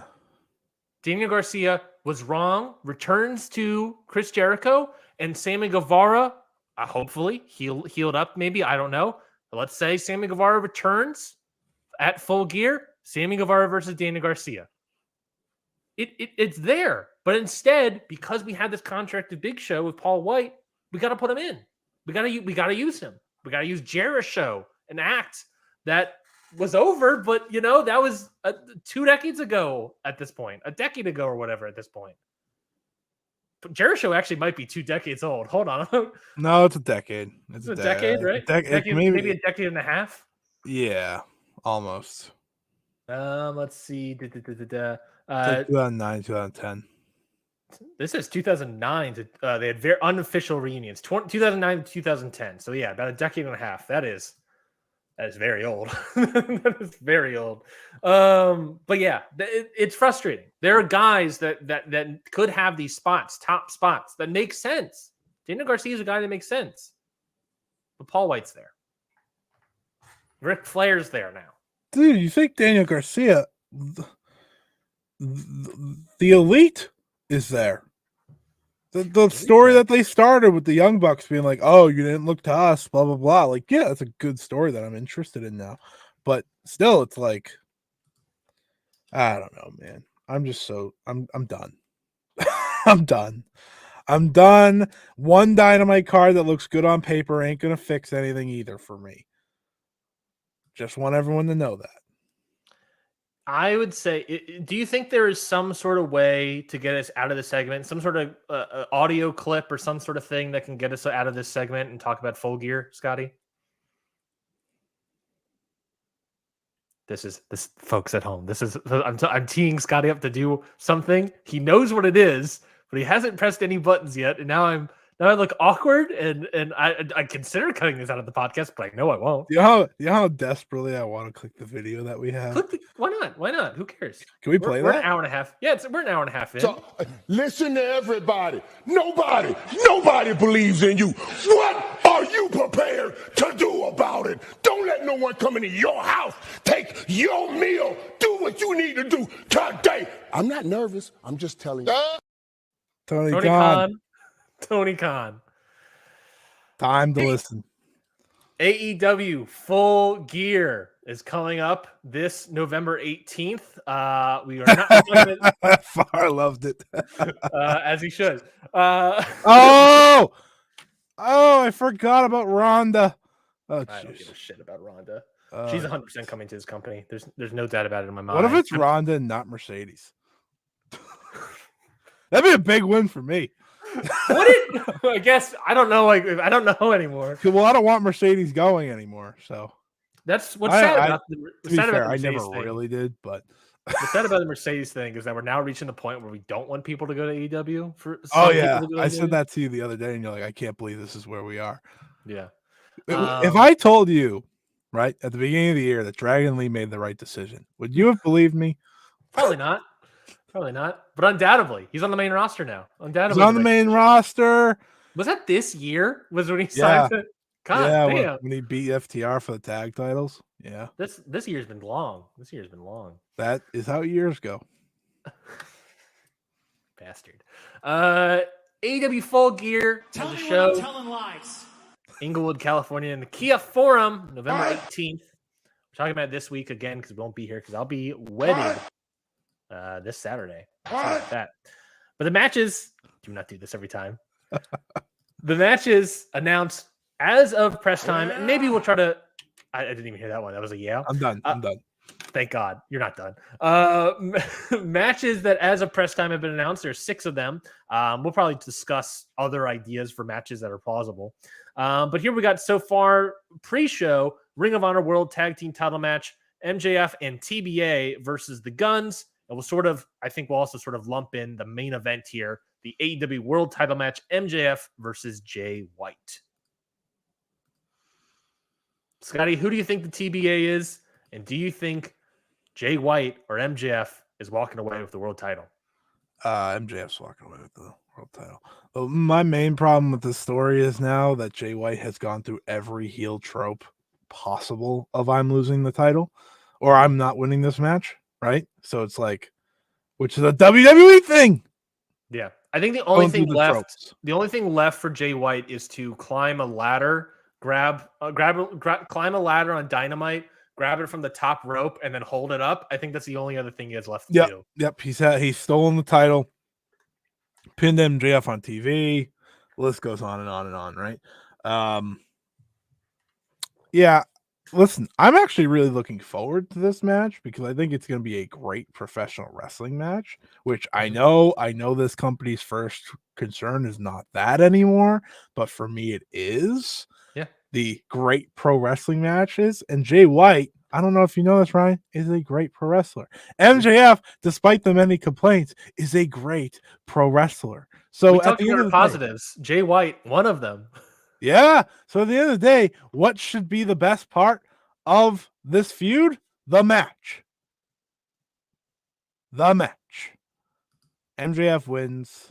Not worried about it. I may preview this, by the way, next week. I'll tell you about the next week's show at the end. Sure. Any thoughts on the Ring of Honor World Tag Team Title match, the TBA? And why is it probably, I don't know, Max Caster, Samoa Joe? I don't know. Have less. It should be Samoa Joe. Could be. I like that story. The problem with Samoa Joe is that even if it's Samoa Joe, why would he not just pick Max Caster at this point? He would. Because the story is, if you need my help, I'm there for you. Yeah, but Max Caster is also willing to help you out, and he's not going to ask for a world title match. They lost. I guess that's true. They lost. They lost. True. They can try to make sure to win with Samoa Joe. You know what's interesting? What's that? You know how like Jay White hit the Blade Runner and MJF got pinned 1, 2, 3? I do recall that. I'm gonna be really angry when he hits the Blade Runner and MJF kicks out. And then he looks over to Shivani and says, "Shivani, what do I do?" And then Shivani yells, "Kiwi Crusher." That would be awesome. One One of my favorite that's Gato Juice. Jay White bits. Yeah, that's what Juice yells. Kiwi Crusher. Does that sound like Juice Robinson? That was pretty good. That was not too bad. Yeah, rock hard. Yeah, Samoa Joe makes sense. You're probably right. And then he's past Jay White, so that's one person down. Now he just has to worry about Samoa Joe. And Wardlow. And Wardlow. Samoa Joe then could be what? Winter's coming. Or maybe you could hold that off and be World's End. And do Wardlow at whatever it's called. By the way, they just did not do a ranking tournament. Way to break tradition. The Eliminator tournament that they do every year at Full Gear. You're right. They didn't do that at all. God! That's how we got Hangman Kenny. Yeah. And that's how we got Kenny as world champion. Yeah. They just got rid of one of their most important tournaments. They did that last year, right? And that was it was Ricky Starks. Ricky and somebody. I don't remember who. Ricky faced MJF at the thing. The semifinals were in the pre-show. Ricky Starks defeats Brian Cage. All right, because they moved it back because, they did the semifinals last year. This year, they haven't done it at all. That's a tradition gone, a tradition we've lost, folks. MJF Jay White gonna be a great match. At the end of the day, if after all these complaints, MJF Jay White's gonna be a great match because we know it's gonna be a great match. If it's not a great match, then we're in big trouble. Yeah, if it's not a great match, then we're gonna be back on the show and be like, "What the fuck was that?" Right? That's a legitimate concern. What the fuck? Yeah, it is. It's gonna be good. It's gonna be great. I have no doubt in my mind. I think the only issue is that Jay White can have great matches. Sometimes he gets too self-indulgent in his matches. I think that's the only concern. But otherwise, I think it's going to be a great match. It should be a blood-like feud type match. It should. Will it? Is there any argument for Jay White winning beyond just being he's been doing great? He's been a star on television. And is there an argument? Yeah, because he's great. And MJF has been stinking the bed a little bit. I think a refresh is much needed. Yeah, but it's not going to happen. So, yeah, I agree. AEW Women's World Title match: Timeless Toni Storm versus Hikaru Shida. Oh, before we do that, Far asked the question: what do you guys think of MJF getting pinned on television? It's setting up the world title match. I don't care. I don't love it, but it's it's setting up the world title picture, the world title match. It's already set up. This is just more coals on the fire, Adam Cole's on the fire. So I don't necessarily mind it. I think it's fine. I just like MJF's pinned so little that I understand the usage of doing it to kind of get Jay White even more over, get the Blade Runner over. But again, WWE trope. 100%. 100%. That's something they do constantly with champions, not name Roman Reigns. I agree with that. Hikaru Shida, Timeless Toni Storm, AEW Women's World Title match. We've kind of Shida better win. We kind of thought about it. I think Toni Storm is fully winning this title. For other reasons besides just I don't want Toni Storm to win, is that Shida has done the on and off championship thing already this year. Why would we do it again? And before you say why, I understand Timeless Toni Storm is beloved by people. I don't care. What does that mean, Tony Khan? You know what character probably works better if they lose? Timeless Toni Storm. You know how I know that? Because that's how we got the character in the first place. Because she 3-2 in her last matches. That is a great point. Her character would work better by being more demented, I guess. Yeah. But at the same time, her being more demented means you almost see that on television. That means we'll get more Toni Storm on television. Well, that's a lock. Okay, well, if she's champion, we're gonna see her either way. So, yeah, I think this is what Mariah May has to do. Is this where Mariah May finally Fuck! comes into the company? Is this I how don't know. Mariah May finally? I'm comes not into the company? saying a word. Is I'm not saying a word. Mariah May debuting at Full Gear to help Tony Storm win the title after Luther gets kicked out? I plead the fifth. That means you know something, folks. That's I what don't know anything. Don't listen to him, folks. I don't know anything. So, I'm not being quoted. Yeah.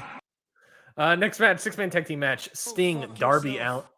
How dare you? Sting, Darby Allin, and Adam Copeland with Ric Flair teaming up against each other against Christian Cage, Luchasaurus. Flair's and- with them. according to Wikipedia, he is. Oh, that doesn't mean anything. I know Christian Cage, Luchasaurus, and Nick I Wayne. saw Wikipedia the other day for the Ring of Honor tag team title match at MJF teaming up with Bill Goldberg. It does not mean anything. Well, you never know. Bill Goldberg could come If in, that happens, that'd be a sick scoop. Ring just of from Honor Wikipedia. world, we're Ring of Honor tag team champion Bill Goldberg. This match is a thing. Like, here's the thing of how I look at this match, right? It can be good. Yeah, You I know think it could why? be good. Because Sting matches usually don't miss, baby. Yeah, Nick Wayne's great. Darby's fantastic. All right. We can't just toss great around. Jesus. Oh, I think Nick Wayne is really, really good. Darby is. I'm gonna say Darby's great. Darby's really great. That's fair. I watched him get absolutely thrown around by Lance Archer on Collision. It was great. And then he won. Yeah, well, that's classic Darby Allin right there. Christian Cage. Lance Archer booking as well. Going back to the conversation earlier, if you asked me about positives a month ago, I might have said Christian Cage. Right now, with the interest of Adam Copeland, that hasn't, for me, I would want Adam Copeland's involvement in the storyline to punch this into another gear, and it hasn't punched it into another gear yet. It hasn't fallen behind, but the fact that it hasn't gone into a new gear feels like, oh, we're just kind of stalling with an introduction of more people. So I would want it to go more forward. It hasn't yet. Maybe this match will get us there. We're definitely stalling right now. It definitely feels like we're stalling. I don't know what for. Maybe I just feel like for this Edge and match. Christian should have just happened on this show. I agree. I think this match could have been like, I don't know, Title Tuesday or something like that. Maybe it could have been happening earlier, but they're obviously wanting to extend it out to the pay-per-view. I don't blame them for doing that, but I understand why. But at the same time, maybe it'll finally get us there. It's a continuation from the last pay-per-view. That's fine. It works. I'm not upset about it. I think this match will be good. Sting matches don't missing. Don't matter. I literally see tears coming out of your eyes. For people that aren't watching, Ryan is so sad. Tears are coming out of his eyes about this match. Tell me when I'm telling lies. Thank you. Was that Scotty or was that me? Do you think Ric Flair is taking a bump in this match? I don't care. I don't want anything to do with Ric Flair. The less we talk about Ric Flair, the better, I think, for my mental health. AEW International title match, Orange Cassidy versus Jon Moxley. I fully believe Moxley's just winning the title back and just continuing where we left off of all that. Now I think Orange Cassidy wins. Why do you say that? Because I think they were coming back to this and Orange Cassidy was going to win it back from Moxley. Interesting. Thinking. Yeah, I mean, that could be interesting. And also there's the new element of Orange Cassidy sort of like hinting at this idea of maybe like turning heel. I need a heel to crush Orange Cassidy. You don't think Jon Moxley's that guy? He's not a heel. He's not that guy, pal. Jon Moxley is that guy in many other ways, but since we went right back to this match, and I think we were always going back to this match, I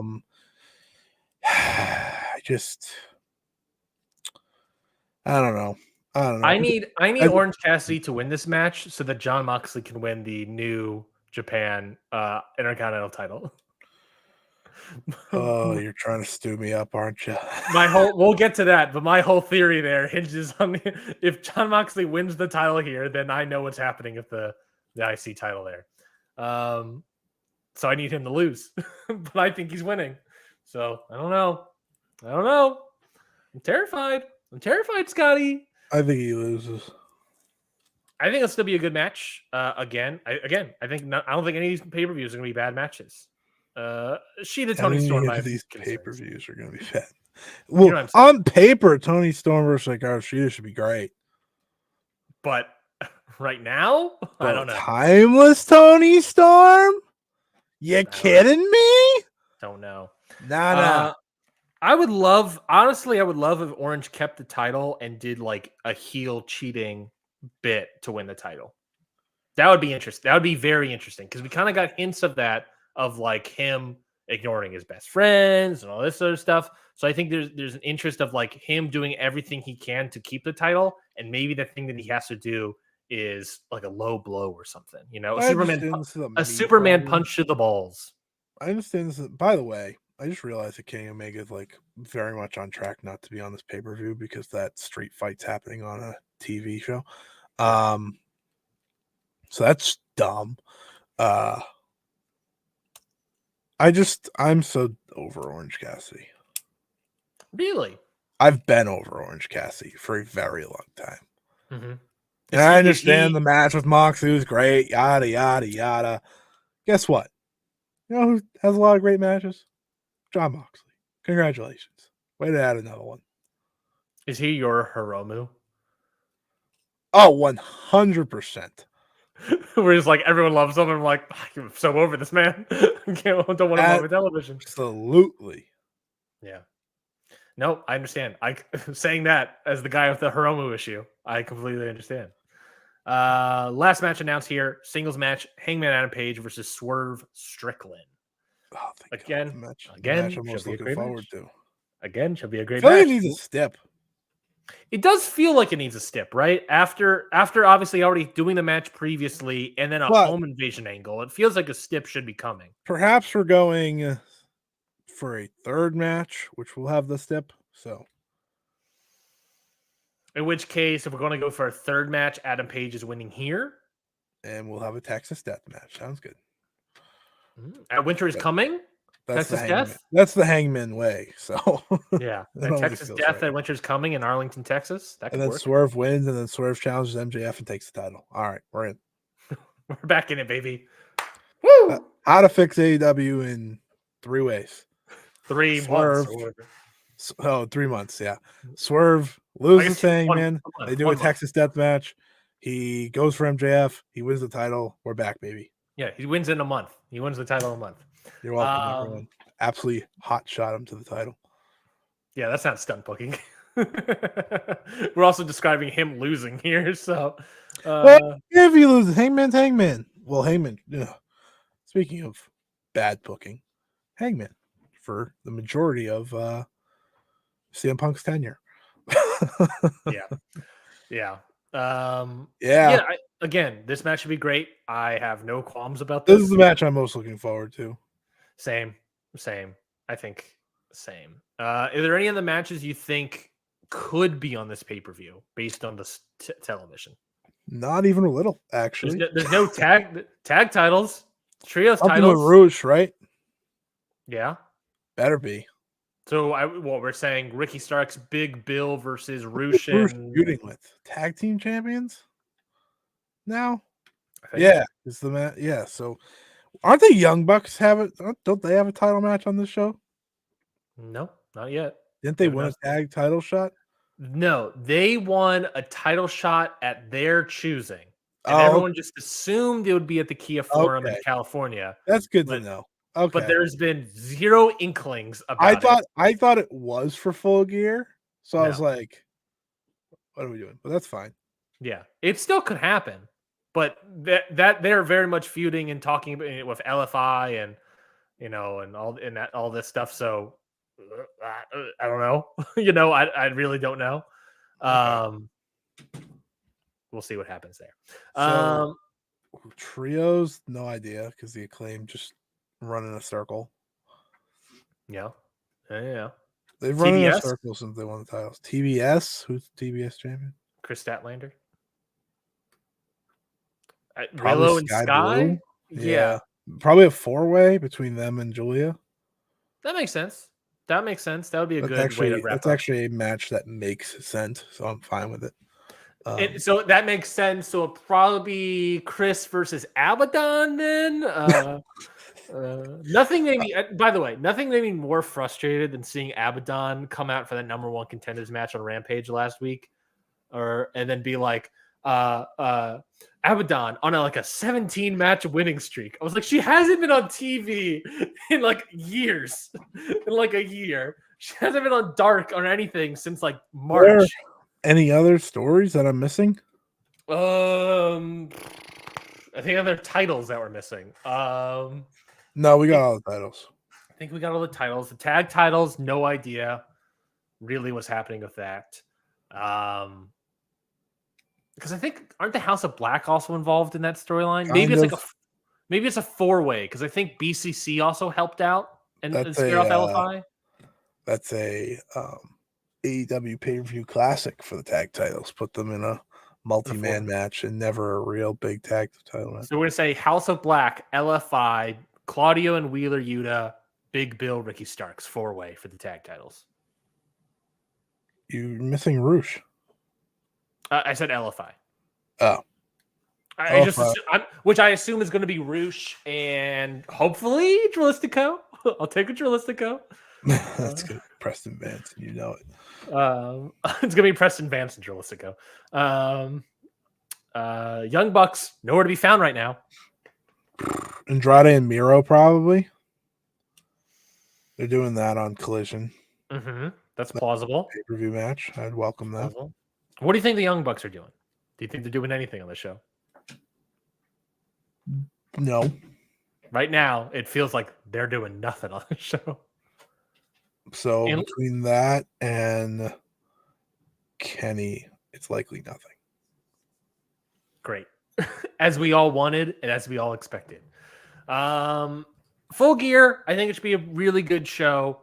At the end of the day, it's going to be out 4 hours of great wrestling. And that's all I want from AEW, folks. At the end of the day of this conversation, that is all I want. It only lasted an hour and 57 minutes. I was going to say, do we get into New Japan Power Struggle? Okay, yes. Perfect. Too much news happened for me not to talk about it. That's fair. Let me open up my card here. Do not start at the top. We go from the bottom on this one. Okay, perfect.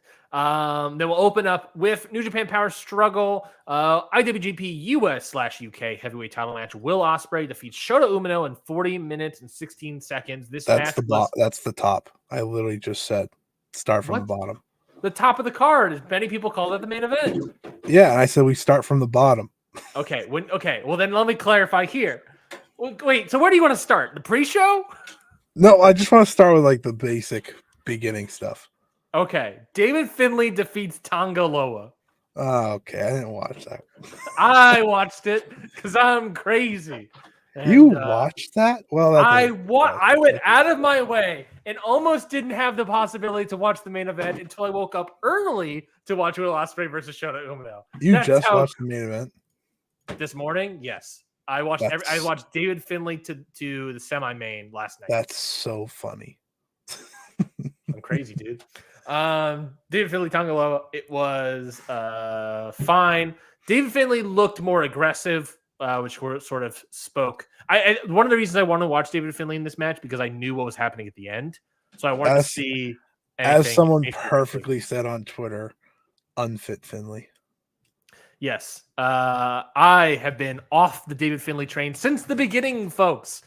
I called him a subpar Jay White since the beginning, and now here we are. I'm right. I'm gonna have chords type. Hey man, everyone's got to be right eventually. It was a fine match. David Finlay looked more aggressive, which was good, but ultimately not a fun match. Great O'Khan versus John Moxley. It starts out, they brawl a lot, and they get a double count out. It then turns into a Falls Count Anywhere match that I thought was great. Yeah, that was fun. That's like the best usage of John Moxley in a match that doesn't have any story to it. It's like, let's just make this crazy. Let's just make this a crazy brawl. And that's exactly what they did. That it also felt like the most Terry Funk John Moxley has been. You know what I mean? Have I said this Have I said this to you before? Maybe. That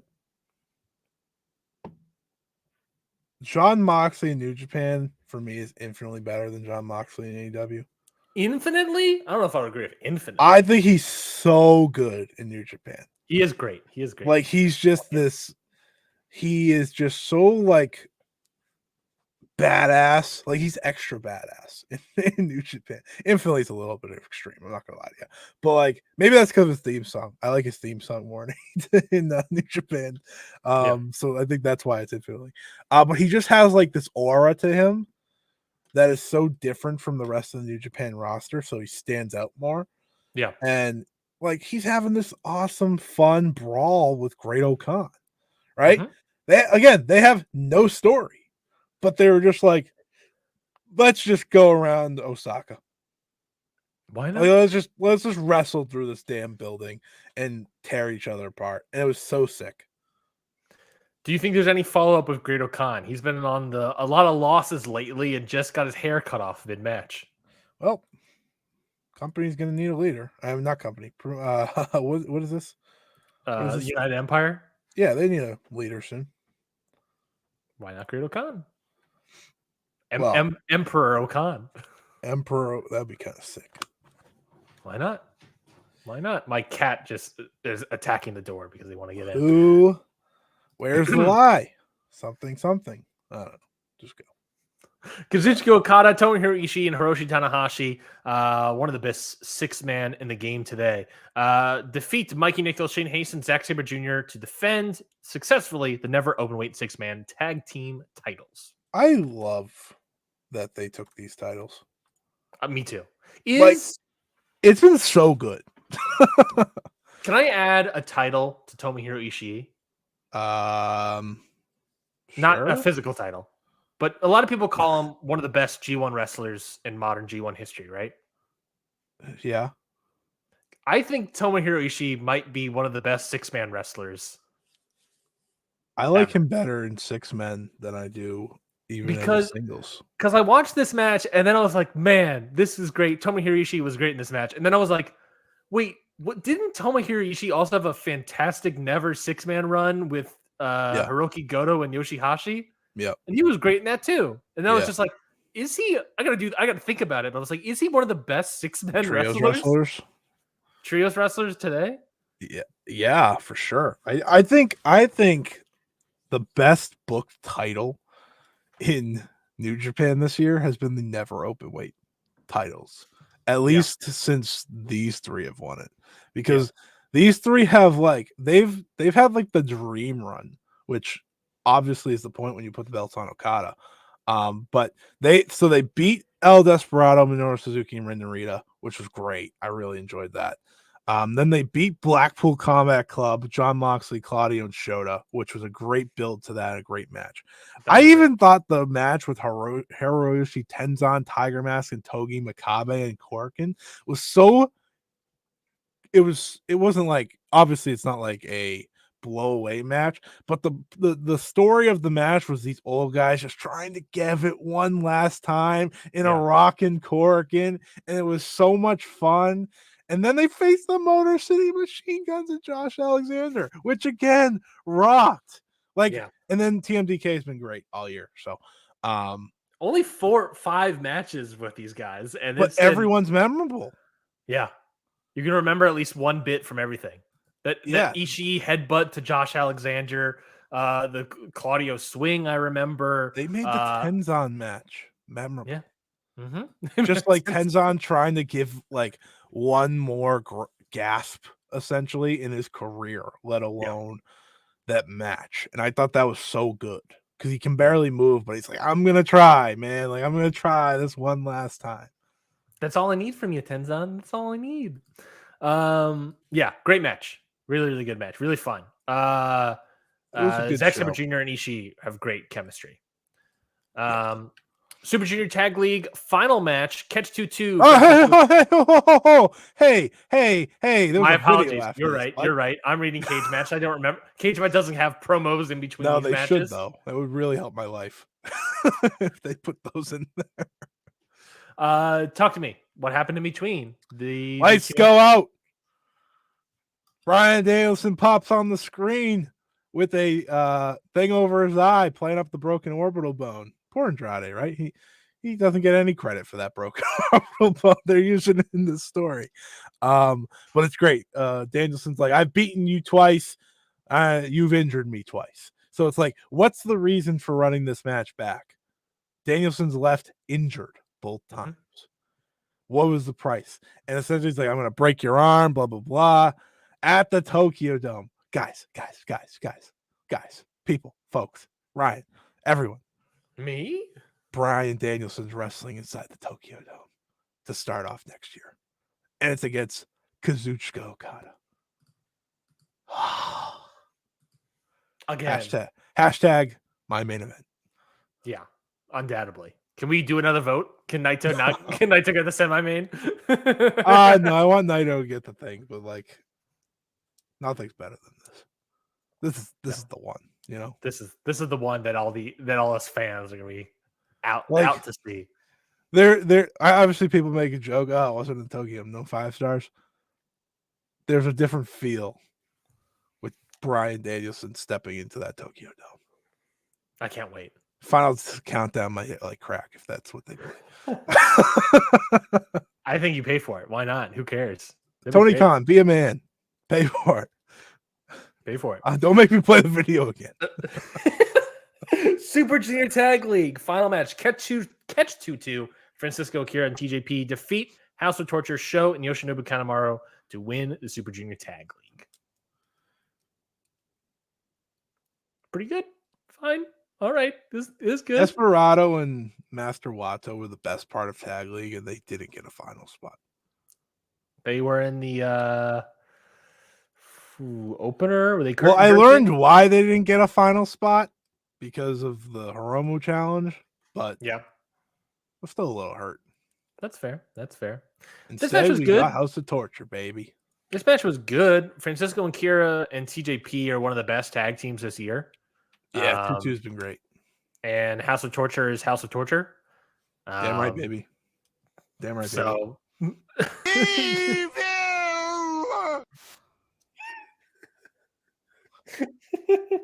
I love that bit. That's my favorite. That's my favorite thing that we have there. But yeah, Catch 2-2 have been great this year. House of Torture have been House of Torture. So, pretty good match. Good, maybe. Yeah, I thought the neck work, I guess you could say, of TJP was fantastic. I think all made sense. On doing a new finisher worked as well. And something that neck based, everything made sense. It made the psychology of the tournament make sense. Yeah, it was serviceable. What did you think of now that we can sort of watch a little bit of him? You've watched a little bit more of him than I have. What did you think of commentary's new Walker Stewart, right? Stewart? He's great.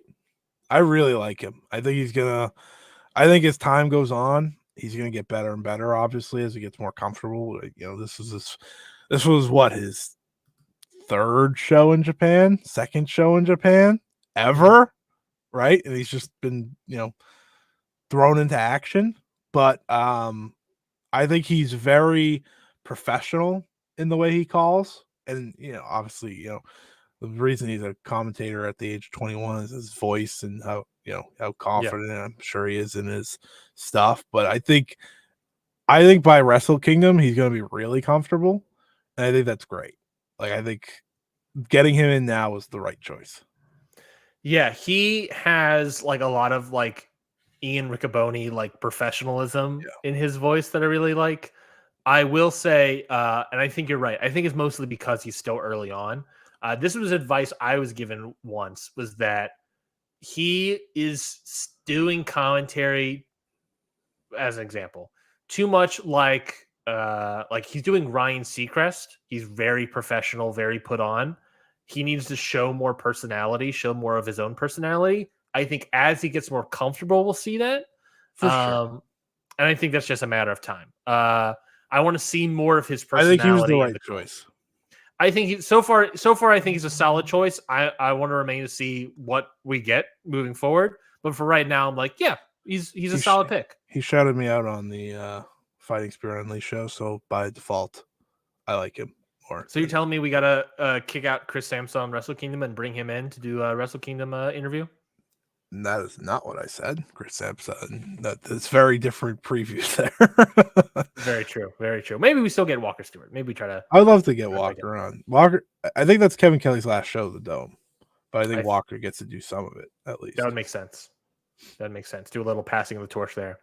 IWGP Junior Heavyweight Title match. Hiromu Takahashi defeats Taiji Ishimori in 20 minutes and 38 seconds of a match I didn't give a shit about. That's you say how you like over Hiromu. Anytime Taiji Ishimori is on my screen, I'm like, I do not care. I don't care about Taiji Ishimori either. I'm happy Desperado's getting the title match though. Yeah, that's good. He should win. Desperado's the best junior in New Japan has been for a long time now. Yes, that is 100% accurate. I completely agree with that. Taiji Ishimori is just stale as year-old bread. He looked cool. He looked cool in all white. Yeah, he had cool contact lenses in. He did all this stuff. I've seen this match, I think, a bajillion times at this point. Yep, and it gets worse every time. Hiromu, I don't know. I think Hiromu just needs like something different. He needs a new fresh coat of paint or something. I don't know what. Like, I don't necessarily want to get rid of the character, but it's just like he's over, so it doesn't matter. I know that's the problem. He sells tickets, so it doesn't matter. He's helped sell DDT a shit ton of tickets for Sumo Hall. I'm told it's been him more than Jericho. Wow, eat your heart out, Chris Jericho. Well, it's not one's a massive star in New Japan currently. So yeah, I mean, people are into Hiromu. People said he had a pretty good year at the top. I wasn't too into it as most people were, but like you enjoyed a lot of his early year, and then the rest of the year was just kind of like he's around. Terrible. Second half's been terrible, and he's had all the matches to be good. Yeah. It's been a real shame for Hiromu here. But Despy getting the title match is very, very much the right choice. Yeah, the Wrestle Kingdom match. Absolutely win. And if their history says anything, that could be like one of the best matches of the night easily. Well, second to I said one of, not the. I did not say the. God. This match, Hiromu Taiji Ishimori, again, pretty good match. Just nothing bad about it. No, they're good wrestlers, especially when Taiji Ishimori is working. Very professional wrestling match. Yeah. Speaking about great professional wrestling matches, IWGP US Heavyweight Title match, the main event. I switched from English commentary on here, so I went back to Japanese because I wanted to hear Walker. Sure. But I was purposely watching this main event unspoiled. Obviously, I'm a shooter maniac. Obviously, I've been riding the shooter wave since he was in Rev Pro, baby. You know, like this. That's my guy, right?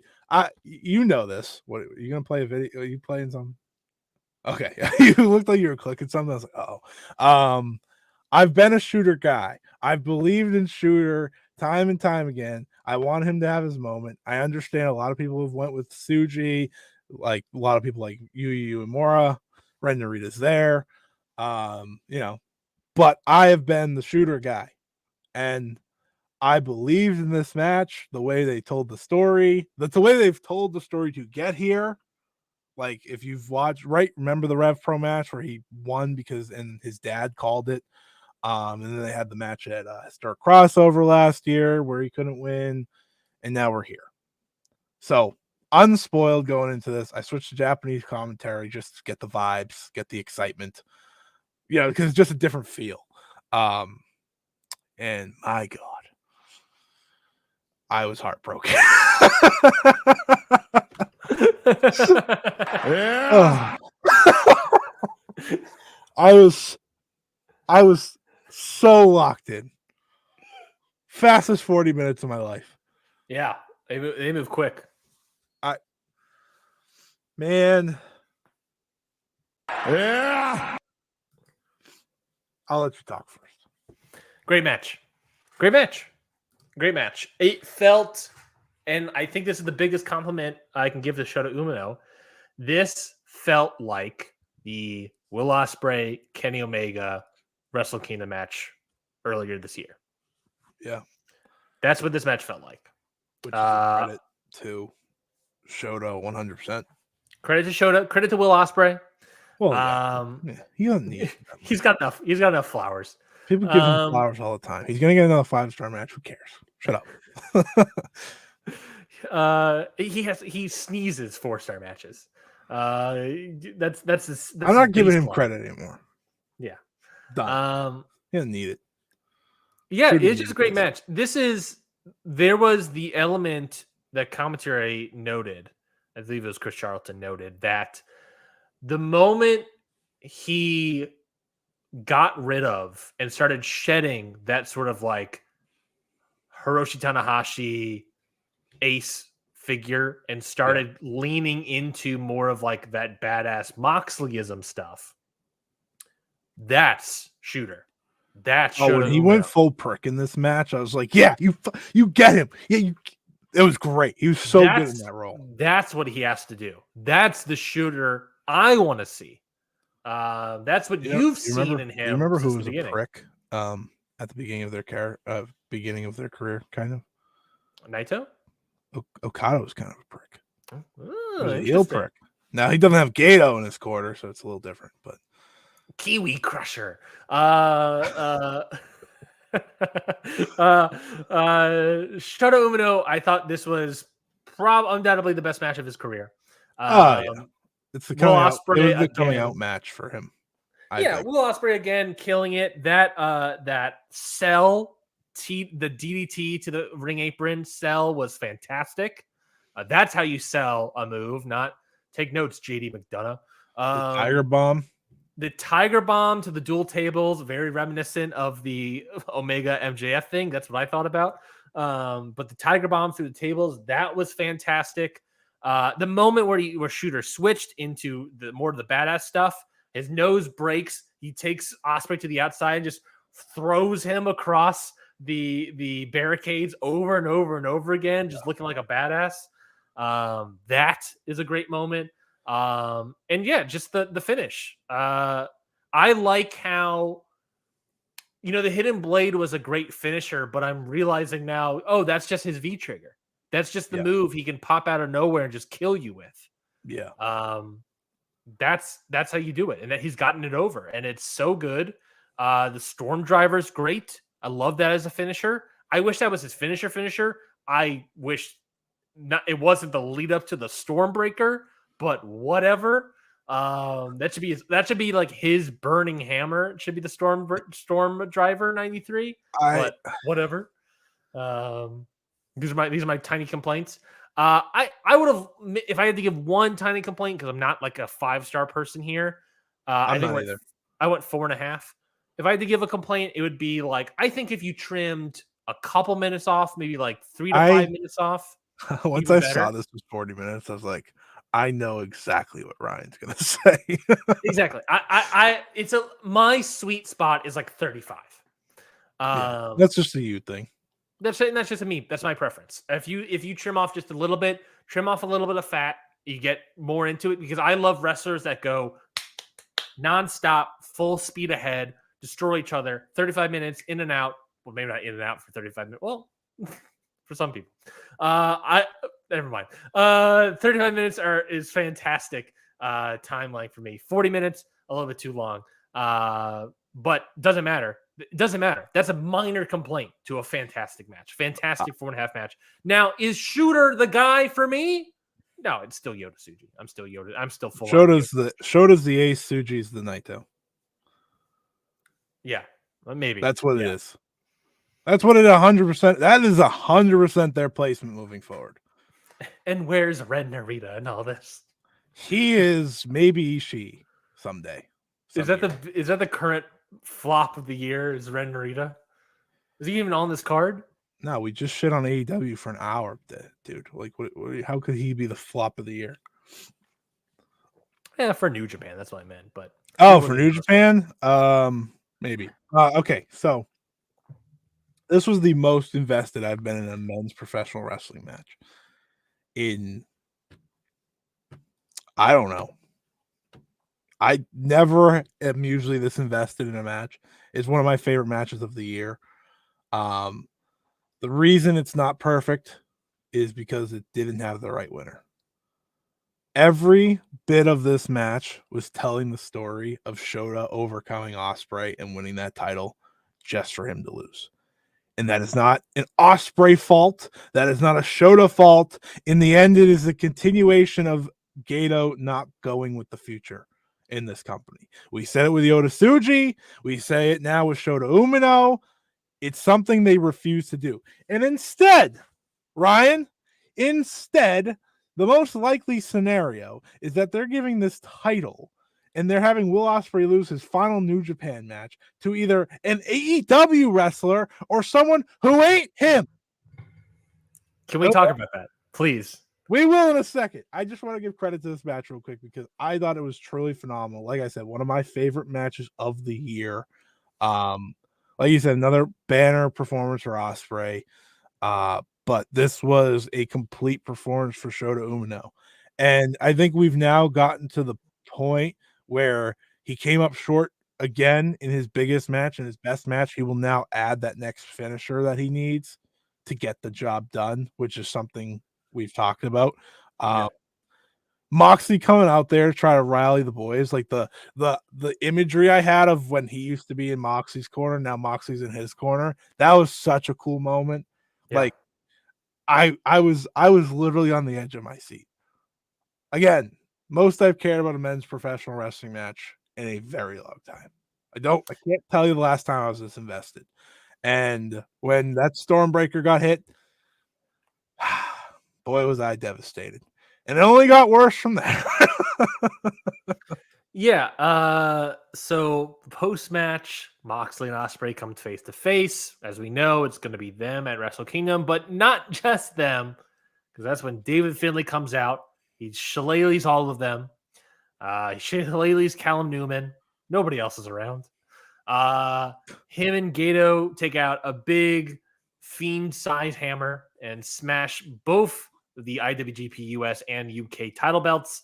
And come to find out that at Wrestle Kingdom, for not these belts, but for a new belt, don't know what it's going to be. Is it the IC title? A new US belt? I don't know. But for some new belt, it will be Will Ospreay versus Jon Moxley versus David Finlay. And Scotty, David Finlay is winning this match. Can I walk you through my scenario? I don't even need you to, but yeah, you can in 1 second, obviously, because this is a podcast. What? I just want to say how dumb it is that this is the way to go. Yeah, no, it's not good. I don't like it. They fed Ospreay, Tsuji, and Shota on his way out. Either of them should have won. Both phenomenal matches. Phenomenal matches. The best of both of their careers. Yeah. Could have argued either one winning. And instead, the result of this title reign is going to be David Finlay winning the title. Get out of here. Get out of here. Fuck yourself. Is that one specifically to Gato? Yes. I decided he books for his guy. That's all he cares about. Yeah, it's kind of true. That's definitely kind of true. Walk through the scenario. Yeah, so David Finlay, like number one, like I said kind of previously, in a weird way, it kind of hinges on this idea of like Moxley. I think Moxley's winning the AEW International title. We're just going to go back to where we kind of began with this whole storyline of Moxley, right? Now, if he doesn't win, I think there's a good chance he can win the title or whatever this new title is. I think that makes sense. Sure. If he does win, David Finlay's got to win this title because number one, if Moxley is in this title picture, and if he becomes the AEW International Champion and also becomes the IWGP US Champion or Intercontinental Champion or whatever, then why put David Finlay in the match? just for him to get in a Wrestle Kingdom spot, he could have faced Shingo for the Never title. That's a spot. It's not a match I would necessarily want, but that's a spot. That's a singles match. Why has it got to be this match? Right? Why is David Finlay got to be in this match if Moxley's going to win? It doesn't matter. Unless you don't want Ospreay to take a pinfall. But as New Japan knows, and it's abundantly clear, Ospreay's on the way out. They were not afraid to do that with the Elite back in 2019. Ospreay is not going to eat the pin here, I don't think. Or, Ospreay, I think, could eat the pin here. So, again, why put David Finlay in the match? So then it gets to David Finlay. Okay, if he's in the match, he might be winning this belt. If Moxley's AEW International Champion, or either way, maybe Tony Khan doesn't want him to be losing. Doesn't want him to even take the pin. Ospreay can't take the pin. Not Ospreay can take it. Ospreay can take the pin, but they don't want Moxley to take the pin. And they don't want to put the title on Moxley because why else put David Finlay in this match? So if you're putting David Finlay in this match, in this three-way, Moxley has a title potentially, or whatever reason, politically, can't lose the belt, can't be pinned or whatever, and Ospreay's going to be pinned by either Moxley or David Finlay. It's going to be David Finlay. David Finlay pinning and beating Ospreay for this title wraps up a little bit of a feud they've had where David Finlay is 1-5 against Will Ospreay, where he's lost every single time against Will Ospreay except for once back in 2022. That was a 4 1/4 match. They would have a great match. This match, I think, is actually going to legitimately be pretty good.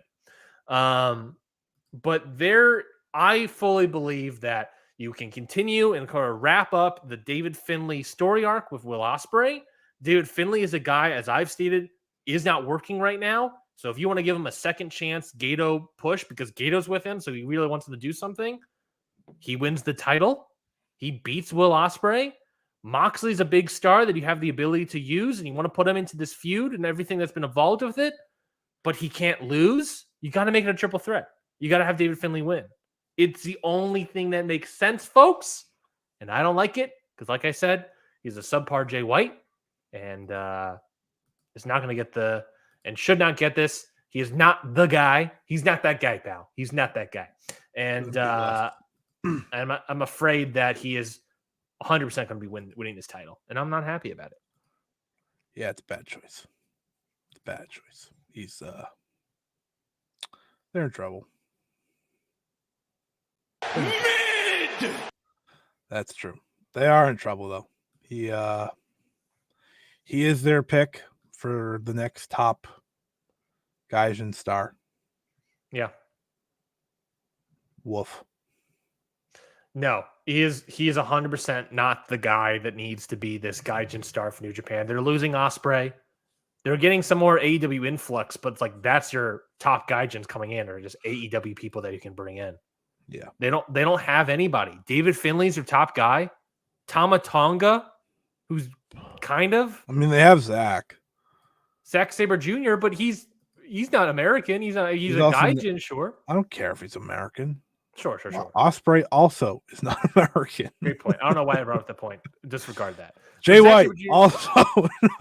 Great point. Again, I did. Kenny Omega also not American. Again, I detract that statement. David Finlay does not size up to any of these people. He's been given so many opportunities, and he's never once grabbed the bull by the horns. The only time he did it with the Jay White turn. David Finlay, Jay White turn. Since then, nothing had nothing to pay off. Nothing to pay off. Never worked. And he's going to win the title off Ospreay, and there's going to be no payoff to that because Ospreay's going to leave to the company. Yep. So the payoff there is John Moxley, and you do a thing with them there somewhere. As I said to you, this is how we wrap up. There was probably belief about midway through the main event here, right? That you were going to get Shota Umino versus John Moxley and Ospreay Omega 3 maybe, right as Ospreay's last match or something, right? For Ospreay in his last match in New Japan, something big. And by the end of this match, once Shota got pinned, it was like, all right, we're gonna get Moxley and Ospreay. That's fine.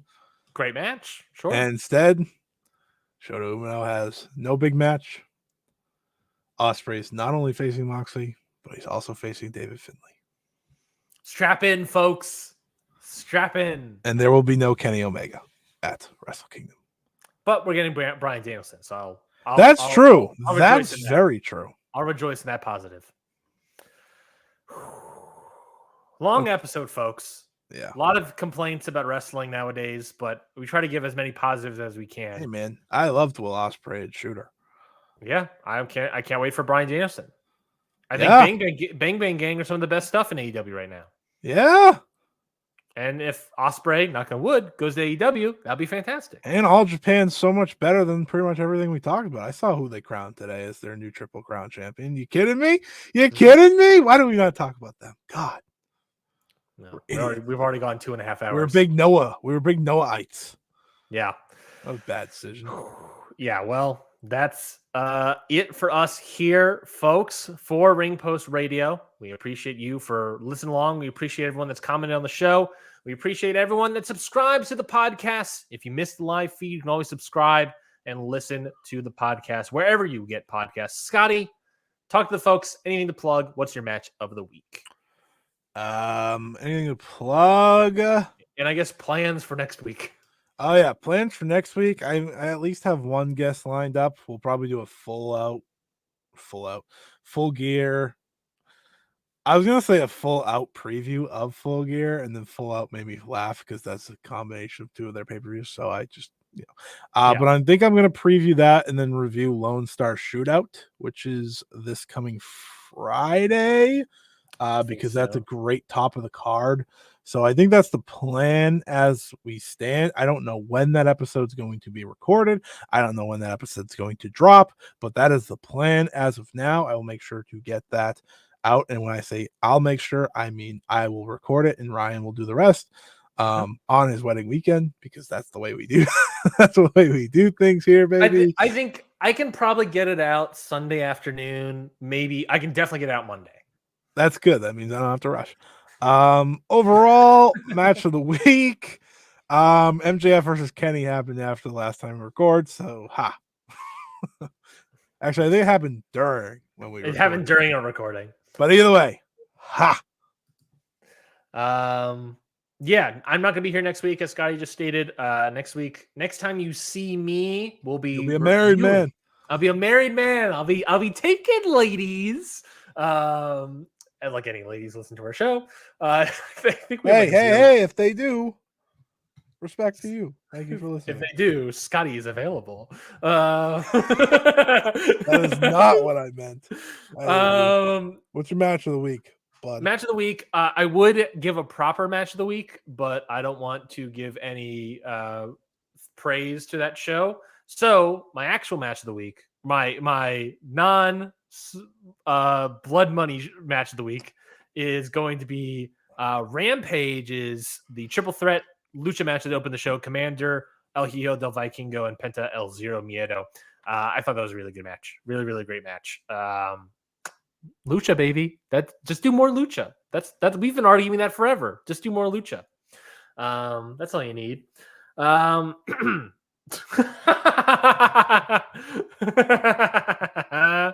That is it for this week's episode of Ring Post Radio. Follow show at Count Out Pod. Follow all of us at Ryan Icy, at Scott E Wrestling. I messed up my outro here. When we come back, we won't be back next week. Scotty will be back next week talking Lone Star Shootout and last minute Full Gear preview. When we are both back together, we'll be reviewing Full Gear and previewing Survivor Series at the very least. Live Sunday morning on the 19th. That is true. So again, Scotty, are you going to live stream? Do you know? Probably not. Okay. Well, then if he's not live streaming, folks, definitely go and make sure you subscribe to Ring Post Radio wherever you get podcasts. And if you want to subscribe to and listen to more of the Ring Post Radio or Count Out Network offerings, then you can subscribe to the Count Out Network podcast feed itself. You'll get Ring Post Radio. You'll get Your Dose of Death. You'll get our New Japan show, Okada's Shorts, and you'll get Scotty's show, Stardom Road, which of course did a great episode on the Hall of Fame case for Rossi Ogawa. We have a lot of great episodes. That is true. You have a lot of great episodes. But that one was a good, really, really good show. I definitely love shows like that. So definitely go listen to that. Subscribe to the podcast wherever you get podcasts. And we'll see you all. Well, Scotty will see you all next week. And I'll see you all in 2 weeks as a married man. I'm thinking, ladies. Goodbye, everybody.